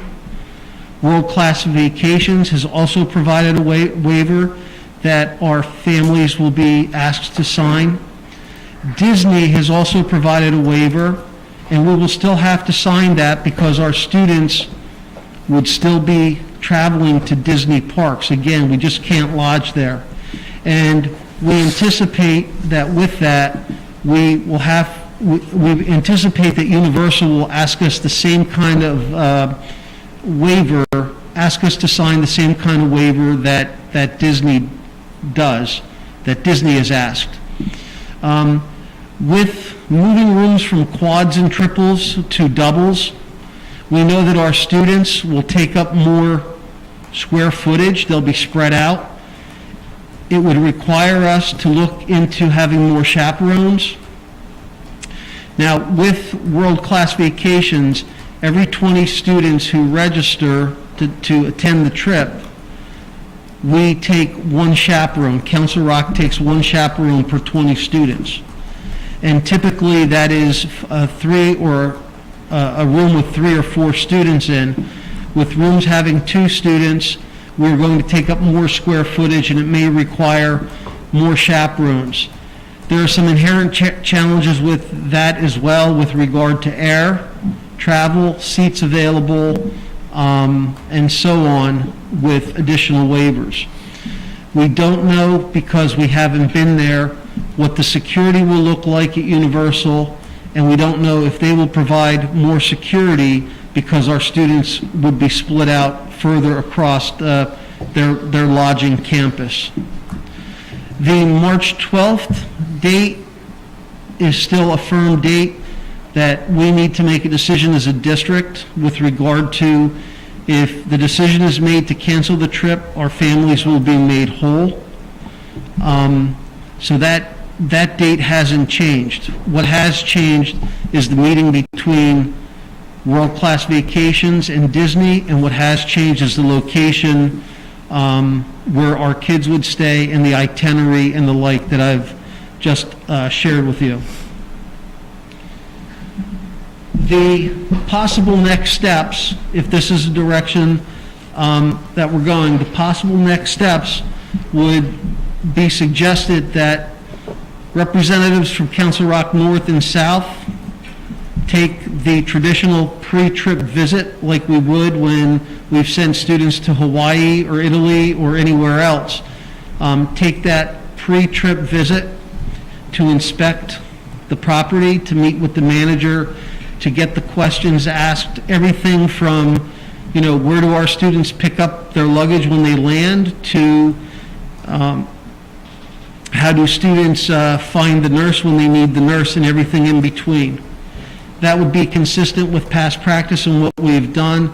That helps us have a comfort level with regard to the safety and security of our students, as well as our adults and chaperones that are going. Again, this is a completely different trip. It's a completely different venue. So it's brand new to the people, particularly the people planning the trip at both of our high schools. What we don't know, and this is a really big we don't know. We don't know once we send, or if we send our folks to Universal, we don't know what they're going to report back to us in terms of the feasibility. The other really big thing that we don't know is that once our students are committed to and accept going to Universal and have lodging, we don't know whether our student group can get bounced to another hotel or another location. We can't get confirmation on that. And of course, I started by saying that this was brought to you when we asked you to sign the contract with Disney. There is language specific in that contract that talks to the lodging, the location, and the like. This would require the board to take action and sign and approve another contract. So again, it's back to where I started. Everybody that's working on this, the starting point is we want these experiences for our students. We're working very hard to make this happen, but we did, as Dr. Frazier said, we did receive a curveball with regard to Disney is canceled. They will not accept student groups for lodging until June 1st, and there is a possible alternative, and that alternative is Universal.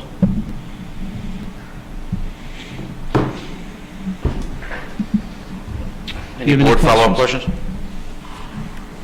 Joe, please. When do we have to vote on this pretty quickly, I would think? Yes, we would need to have the board vote on this 1 week from tonight at the special board meeting that we're talking about. Have you gotten the feedback from the students? I'm sure that would be great to hear what their input is. I'm sure they want to go, but, is there any questions that were asked to them? That's a good question, Mr. Hidalgo. There's been such a short turnaround time with regard to getting this information on Friday, which was a weather-related day. We didn't have students in the building. And our advisors and our activities principals, they have spoken to some degree to each other. I can't tell you right now that they've met with their student groups yet, or any details on that. Well, thanks. It's a lot of work. It's weird that it happened that way. I'm thinking it might be a little more affordable at the place than a Disney place, the particular hotel you spoke about. But yeah, it's a tough one. Let's try to make it happen, I guess, right? Is that what you guys are recommending? We're not really ready with a recommendation tonight, just because it is so new. We are hopeful that we're going to be able to send, and we do this for any trip, that in particular a new trip, but we're hopeful to be able to send someone from both North and South administration down there, either this weekend or at the beginning of the week, to scope things out and do a pre-trip like we typically do for one of these things, get that intelligence back and understand a little bit more. Like Dr. Sanko said, I think our areas of concern, where they exist, again, with the umbrella that we want to make this happen, but the areas of concern that exist are that we're going to have more rooms because it's all double occupancy instead of any triple and quadruple, so therefore we're going to be spread out more. We're not sure if that's more horizontally spread out, wider on floors, or more floors. Vertically, that obviously impacts chaperones and the ability to supervise. The second piece would be as Dr. Sanko said, this is sort of described as not quite a family friendly. I've never been there. I don't know. But this is how it's been described to us. And then you couple that with the downtime that our students would have, and there are some inherent concerns that are there. But we just don't know enough at this point administratively for us to have any kind of a firm rec on this. All right, thank you. I mean, I'd just say that, I think they serve more alcohol at Universal, but, these kids are not of drinking age, and have to see what, I think every board member will volunteer to chaperone, or what? Wondering if I can get a vote on it. Okay, just kidding. I think that was a no. Any other comments? So this is just a wait and see, this is just an FYI for us? Tonight, as it's on the agenda, it's just an item for discussion. more FYI than anything. We'll certainly provide information as it comes to us between now and next Thursday, and look for it, in all likelihood, showing up on the agenda next Thursday. Dr. Senko, World Class is still running this? Yes, that's correct. So, yeah, I mean, it's a fantastic resort. They're a fantastic group. If anybody can pull it off, they can. But there are some logistics up there that jumped out at me. The resort is, the kids actually may like the resort more than Disney. You might be doing this trip for moving forward. Interesting. But, my thing is always, if we can do it for the kids, I have no problem doing it. And knowing World Class is involved, excellent tour guide. But we're under the gun, and I'm interested to hear what we get back. So, good stuff. We're not. Insurance would cover if this gets canceled too, right? I'll defer to Mr. Stone on that. The March 12th is the hard date, but Mr. Stone, can you talk about... But I mean, it would the Disney trip would carry over to this trip for cancel? I believe it would. The travel insurance, if the trip is canceled after March 12th, I believe that travel insurance would respond. I don't believe that the policy is specific to a Disney trip. I believe it's specific to the senior trip, but we'll confirm that with the travel agent. Okay, thank you. All right, we move on. Education Committee, Mrs. McKay, please. Thank you. The Education Committee met last week on February 18th. Our single agenda item was a discussion of elementary school virtual Wednesdays, which we've covered pretty thoroughly tonight. Our next meeting is scheduled for March 25th. And that concludes my report. I now would like to make a motion. I move to approve consent agenda items B and C as contained in the attachments to this agenda. Second. Dr. Thorward, please. Any comments? Any objections? Hearing none, I'll ask the Secretary to record the motions passing with unanimous consent. We'll go to letter D, please. Thank you. I recommend the approval of Dr. Susan Elliott as Assistant Superintendent for Teaching and Learning for a 3-year term, August 1, 2021 to July 31, 2024, pursuant to the attached agreement. Second. From the board, any comments? Any objections? Hearing none, I'll ask the Secretary to record the motion as passing with unanimous consent. Dr. And with Fraser, that, please. just quickly, I'll offer my congratulations on behalf of the board, the cabinet, our administration, the district. Dr. Elliott has done a lot of really good work for us over these first 5 years, produced some excellent results, and we look forward to more of the same. So, Dr. Elliott, congratulations. Is she with us? No? Can I make a comment? Sure. Mr. Biles? Sorry, I couldn't get to it fast enough. Dr. Fraser, I appreciate you saying that, because this agreement shouldn't go by without acknowledging the work that Dr. Elliott's done for the district. I personally think she's done a very, very good job, and she's been a really great addition, and I have to give you credit for that, Dr. Fraser, because this was a position we didn't have before, and you convinced us of the need, and it was certainly good timing considering everything we're going through now. So I'm happy to have Dr. Elliott with the district for at least 3 more years. Thank you. Thanks, Mr. Bowden. And yes, I believe she is on the phone. Dr. Elliott, you have anything to say? Is it time for a speech? Yeah. Ching, ching, ching. So? Hello, can you hear me? We can hear you now. Thank you. First of all, thank you very much. I'm, again, truly honored and excited to continue to work to serve the community and students of the Council Rock School District. We've got a lot of great things that we can continue to do to be better for our students every day, and with our amazing teachers and administrators, as well as my cabinet colleagues. I know that we're going to continue to do great things for our students, so I thank you for giving me this opportunity to continue to be a member of this great working team. Thank you. You're welcome, and congratulations on behalf of the board. Letter E, Mrs. Brooks, please. Bucks County IU. Thank you. And since I get to follow this previous agenda item, I just want to extend my thanks and gratitude to Dr. Elliott as well. It was a pleasure to vote in favor of that agreement. At the IU, I just want to give a shout out. The IU continues to be such a strong leader in the county and the state in so many ways. Most recently, the IU partnered with the Bucks County Health Department and the Bucks County Emergency Management Services to make the administrative office building in Doylestown as a location to deliver more than 1,900 COVID-19 vaccines to eligible Group 1A Bucks County school employees.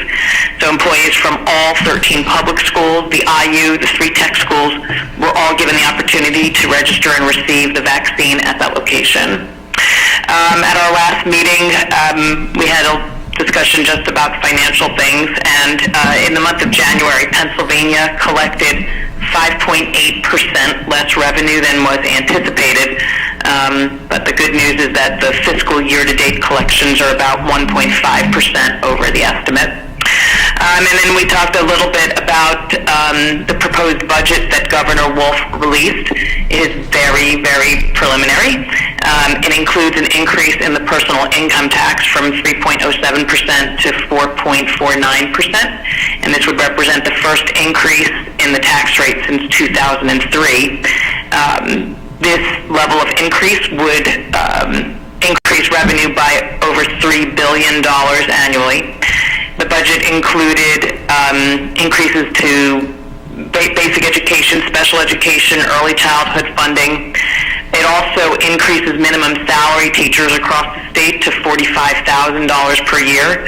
It includes language to increase the minimum wage to $12 an hour, and then there would be 50-cent per hour increases until the minimum wage reached $15 an hour by 2027. The budget also legalizes recreational marijuana. And so as you can see that there's a lot of things in there that are questionable to think that the legislature would agree on. So there's no real expectation that the legislature will align on the budget as it is. So we'll see where it ultimately lands, but by the governor proposing this, it opens it up for dialogue amongst our elected officials. And so we'll see in the ensuing months what ends up getting passed.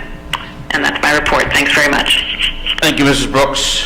Letter F will move to MBIT. Although I was a substitute board member, Mrs. McKay is going to give the update, please. Thank you, Mr. Salmon. I was going to reference Mrs. Marcel was unavoidably absent for that meeting, and we thank you for subbing in for her.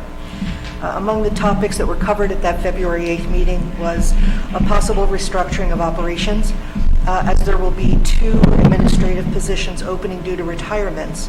Dr. Frazier, as our superintendent of record, has met with Dr. Hoffman from the IU, who will develop a proposal for services. And in addition, Mrs. Strauss, the director at MBIT, shared an option also for consideration, which would potentially result in cost savings while maintaining the operation functions within the school. That's a topic that will continue to be discussed. In addition, we reviewed the proposed budget for next year with an approximately 2.3% increase. That will be voted on at our March meeting, and then we'll come back to this board and the other sending districts board for approval. And then finally, there was a revision made and approved to the safety plan for MBIT. As Council Rock returned its high school students to a 5-day instructional model, it was discussed at length at MBIT whether to return those students to a 5-day or a 4-day in-person instruction. After significant discussion, it was voted on and approved that MBIT students return for 4-day in-person instruction. And that concludes my report. Thank you, Mrs. McKay. Letter G, CREF. Mr. Tate, please. All right. Thank you, Mr. Solomon. Since I have the floor, I'll just take 10 seconds to say I'm very glad that my board colleagues and Dr. Fraser have gotten so engaged with MBIT in the last couple of years. I think it's really critical and it's a very positive thing. So thank you very much. Real quickly, Council Rock Education Foundation. Gail Acosta gave me a wonderful quick report. 2 events to talk about. Let's tee it up for the kids. Grab a partner or foursome, or you can become a whole sponsor and join us for a day of outdoor fun for a great cause. with the CR Golf Classic on May 19 at Philmont Country Club, a real nice place. Proceeds from this event will go to fund the next cycle of innovative grant awards to our teachers for the 2021-22 school year, which will impact thousands of students throughout the district. Registration is now open. Please go to the Council Rock Education Foundation website. You can get to it through the district's website as well. Sign up for more information on the website there. The second event, CREF's Online Auction Palooza, is coming this spring to our Council Rock community. This virtual auction will feature over 50 items from studio cycle bikes, designer purses, outdoor excursions, autographed sports memorabilia, and so much more. Your participation is accomplished from the comfort of your home and goes to a very valuable cause supporting STEAM and wellness projects not covered by the annual school budget that impact so many CR students. Stay tuned for that. When you support these events, it benefits education excellence for students throughout the whole district. For example, the CREF CRSD Lending Library, one of several projects funded this spring, creates equitable access to STEAM technology to teachers and students throughout the district. So please support CREF, and you can find more on the CREF website. Thank you very much. Thank you, Mr. Tate. From there, we're going to move to the Finance Committee. Mr. Bialik? Yeah, thank you. So the Finance Committee met on February 11th. We discussed many items, including we had a presentation from the Financial Advisory Committee, and that's going to be on the agenda this evening. I want to again just publicly thank all the work done by that committee. Very good work that'll continue, hopefully, for the next several years. We had an update on the food service program, and Mr. Stone went through a budget development and revenue update. I'm going to hand that over to, I guess I'm going to make a motion. I move to approve consent agenda items B through H as contained in the attachments to this agenda. Second by Dr. Thorwart. Any comments? Any objections? Hearing none, ask Secretary. I'm sorry, Mark. That's okay. Can I just ask Mr. Stone if he has any comments on any of those items before we I do not. Thank you, Mr. Bialik. I do not. I apologize. Very good. Thank you. All right, hearing none, I ask the Secretary to record that motion as passing with unanimous consent. From there, I will go to letter I. Mr. Block, would you mind reading that? Not at all. I move to approve an amendment to the agreement with First Student for student transportation. I'll second it. This agreement was prepared by Mr. Cox and has previously been presented to the board for your approval this evening. That's all I have. Thank you. Okay. Any comments on this? Any objections? Yes, I just want to comment that I will not be voting for this as we discussed in executive session. Okay.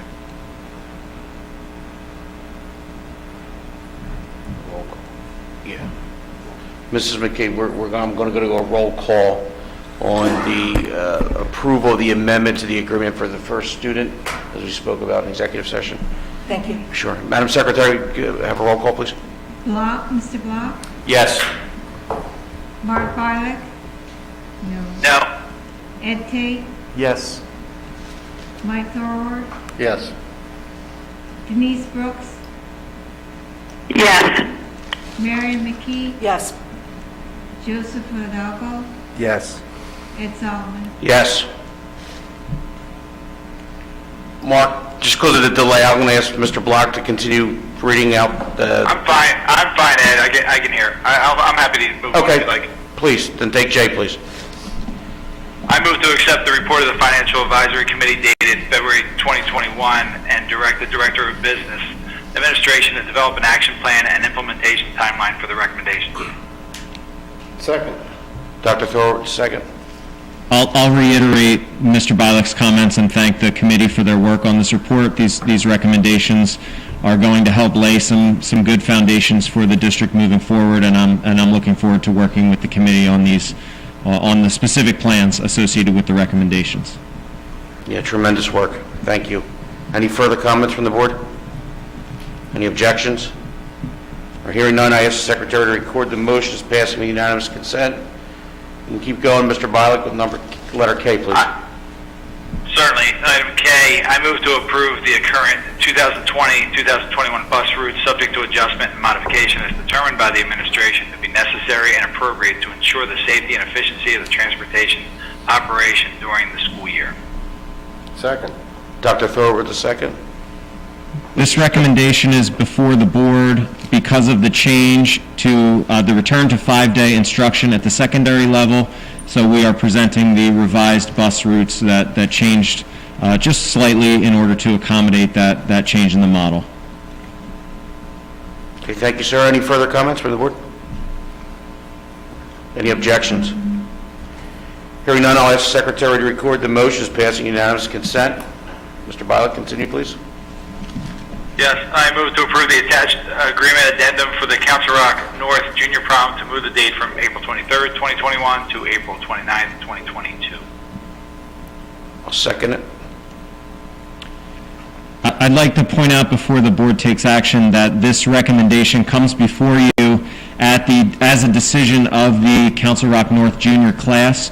This is a student activity, and therefore the student officers are responsible for whether or not this event happened, and they worked with their advisor and the administration at Council Rock North and decided that it was in the best interest of the class to defer the current year's deposit to the next year's prom and to try to find an alternative way to celebrate as a junior class this year. So this, although it is before the board for their approval as a matter of course, this is a student decision, and we are following the direction of the junior class at CR North. Okay, thank you, Mr. Stone. Any further comments? Any objections? All right, hearing none, I'm going to ask the secretary to record that as well. The motion is passing unanimous consent. Mr. Bialik.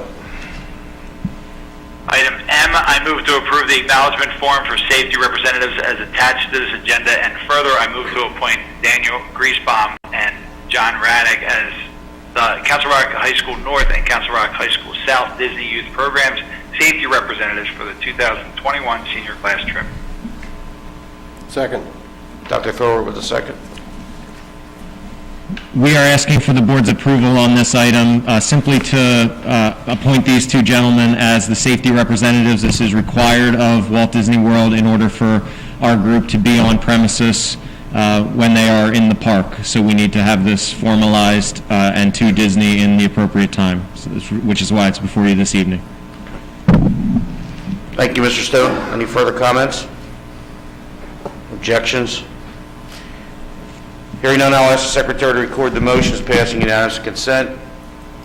Letter N, please. Item N, I am recommending that the board approve RFP number 21-24, internal connections equipment in the amount of $193,920.60 to CDWG and $3,280 to Solid Optics, subject to audit. I'll second it. Mr. Frederickson, anything you want to comment on, sir? This is for equipment that we need for the Star Center, as well as to replace some aging equipment in our infrastructure.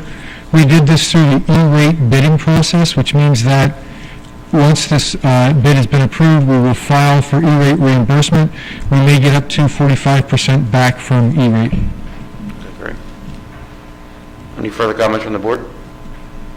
Any objections? Hearing none, I'll ask the secretary to record that motion as passing with unanimous consent. And Mr. Bialik, you want to finish up with the personal actions as well? Yeah, do you mind if I take O and P together? That's fine. I move to approve the personnel actions as contained in the attachment to this agenda, and I move to approve the personnel actions addendum as contained in the attachment to this agenda. Second. Mr. Block, I heard. Any comments? Any objections? Sure, please. I just want to congratulate Mrs. Grimm and Mrs. McCarthy for their years of service as principals in the school district retiring. I know them both and just want to say congratulations and good luck in retirement. And on behalf of the board, I know we all share the same sentiments. Yeah, I didn't know the exact time to stick that in there and acknowledge it, but good point, Joe, and I sent Mrs. McCarthy an email, quick email today just thanking her. 43 years of service. Wow, it's a lot. Plus 5. Plus 5. Wow, it's a lot. It's a lot of kids. Okay. I'll make a comment myself, Please. but I'll wait until after After we go through, okay. Are any other comments from the board? Any objections? Hearing none, I'll ask the secretary to record that motion passing unanimous consent. Dr. Frazier, please. Fantastic. Thanks, Mr. Solomon and the board. So as Mr. Hidalgo just noted, 2 of our personnel actions just approved did include the upcoming retirements of 2 of our school principals. I want to congratulate them and I want to thank them. It's really a momentous occasion anytime a school principal is retiring from their school community. And in these 2 instances, they have both had long, distinguished, and highly impactful tenures in the Council Rock School District. So I'd first like to thank Ms. Rebecca Grimm.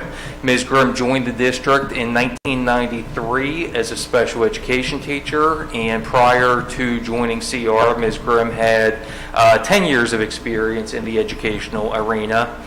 In addition to serving in CR as a special education teacher, she has also served as a classroom teacher, as an assistant principal at Richboro Middle School, then 9 years as principal at Richboro Elementary School, and now will be retiring from CR at the end of this school year as the principal of Marine and Welch Elementary School, where she has served for the past 6 years. So congrats, Ms. Grimm. And next, I'd like to congratulate and recognize Ms. Susan McCarthy, who joined CR in 1973 as an English teacher at Council Rock High School North before, of course, it was known as Council Rock High School North. Ms. McCarthy has also served as a school counselor at CR North and assistant principal at CR North for over a decade. By now, you're obviously detecting a theme, connection between Ms. McCarthy and CR North, and there's good reason for that. And but in addition to that, it also deserves note that Ms. McCarthy did serve as principal of Richboro Middle School for the 1999-2000 school year, and then since mid-2000, and for the past 21 years, Ms. McCarthy has served as the esteemed principal of Council Rock High School North, where again she will be retiring at the end of this school year. So on behalf of the entire district, on behalf of this board, I want to warmly and sincerely thank both Ms. McCarthy and Ms. Grimm for their many years of service, their dedication to and positive impact on just thousands of students and thousands of staff members of the Council Rock School District. So please join me in congratulating both of them on a very distinguished career in public education. And here, Ms. Grimm and Ms. McCarthy, here's wishing you both the warmest of thoughts, the best of wishes, the sunniest of days, and the hope that the wind will always be at your back.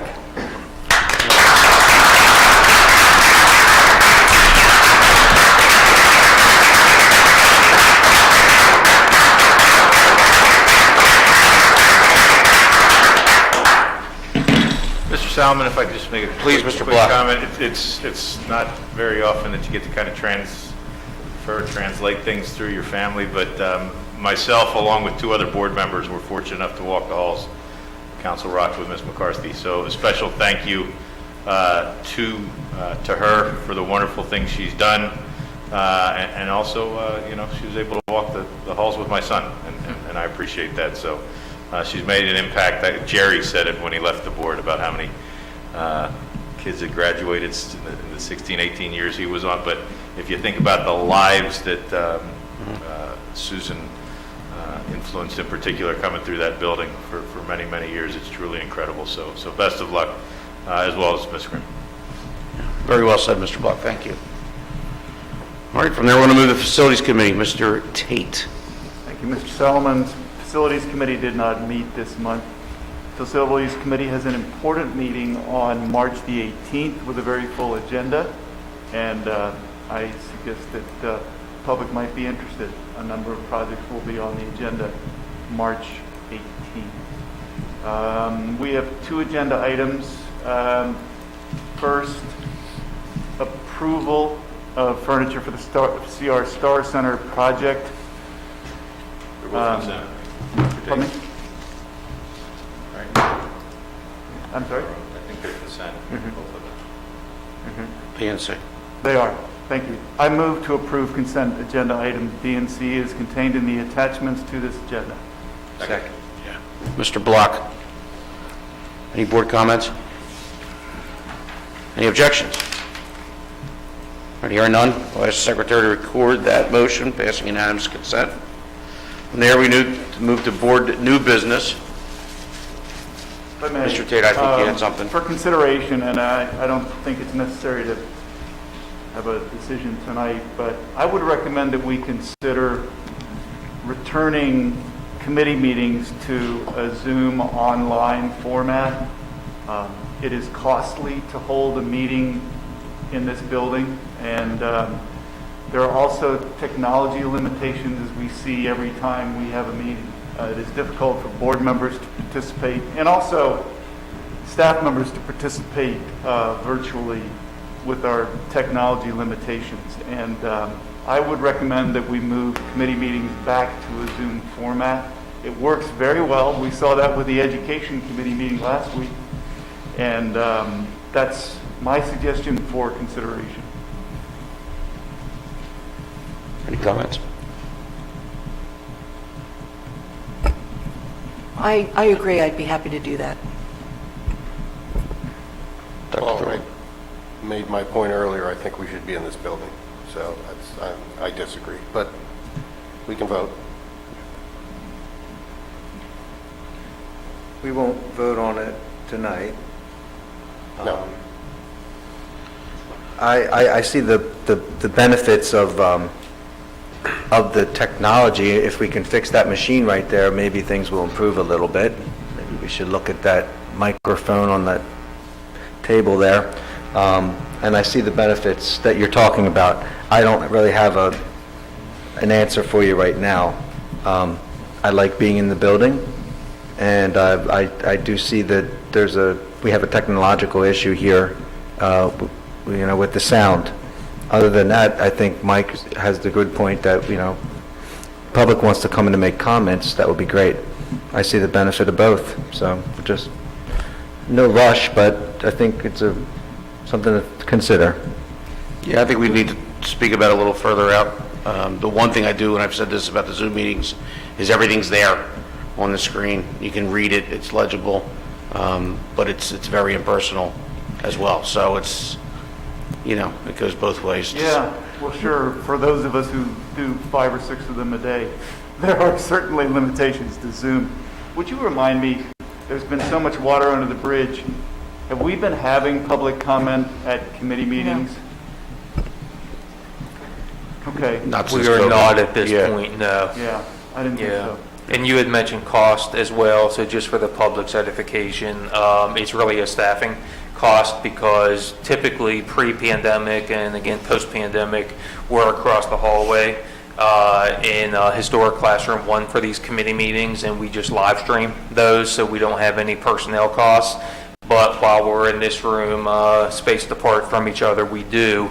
And so it's the cost is about the cost is $90 an hour. So that's, the time of the meeting plus some setup plus some breakdown afterwards. So it's the other consideration, I suppose. Absolutely. Thank you. Thank you, sir. Any other comments? Hearing none, or any old business? Hearing none, let's adjourn it.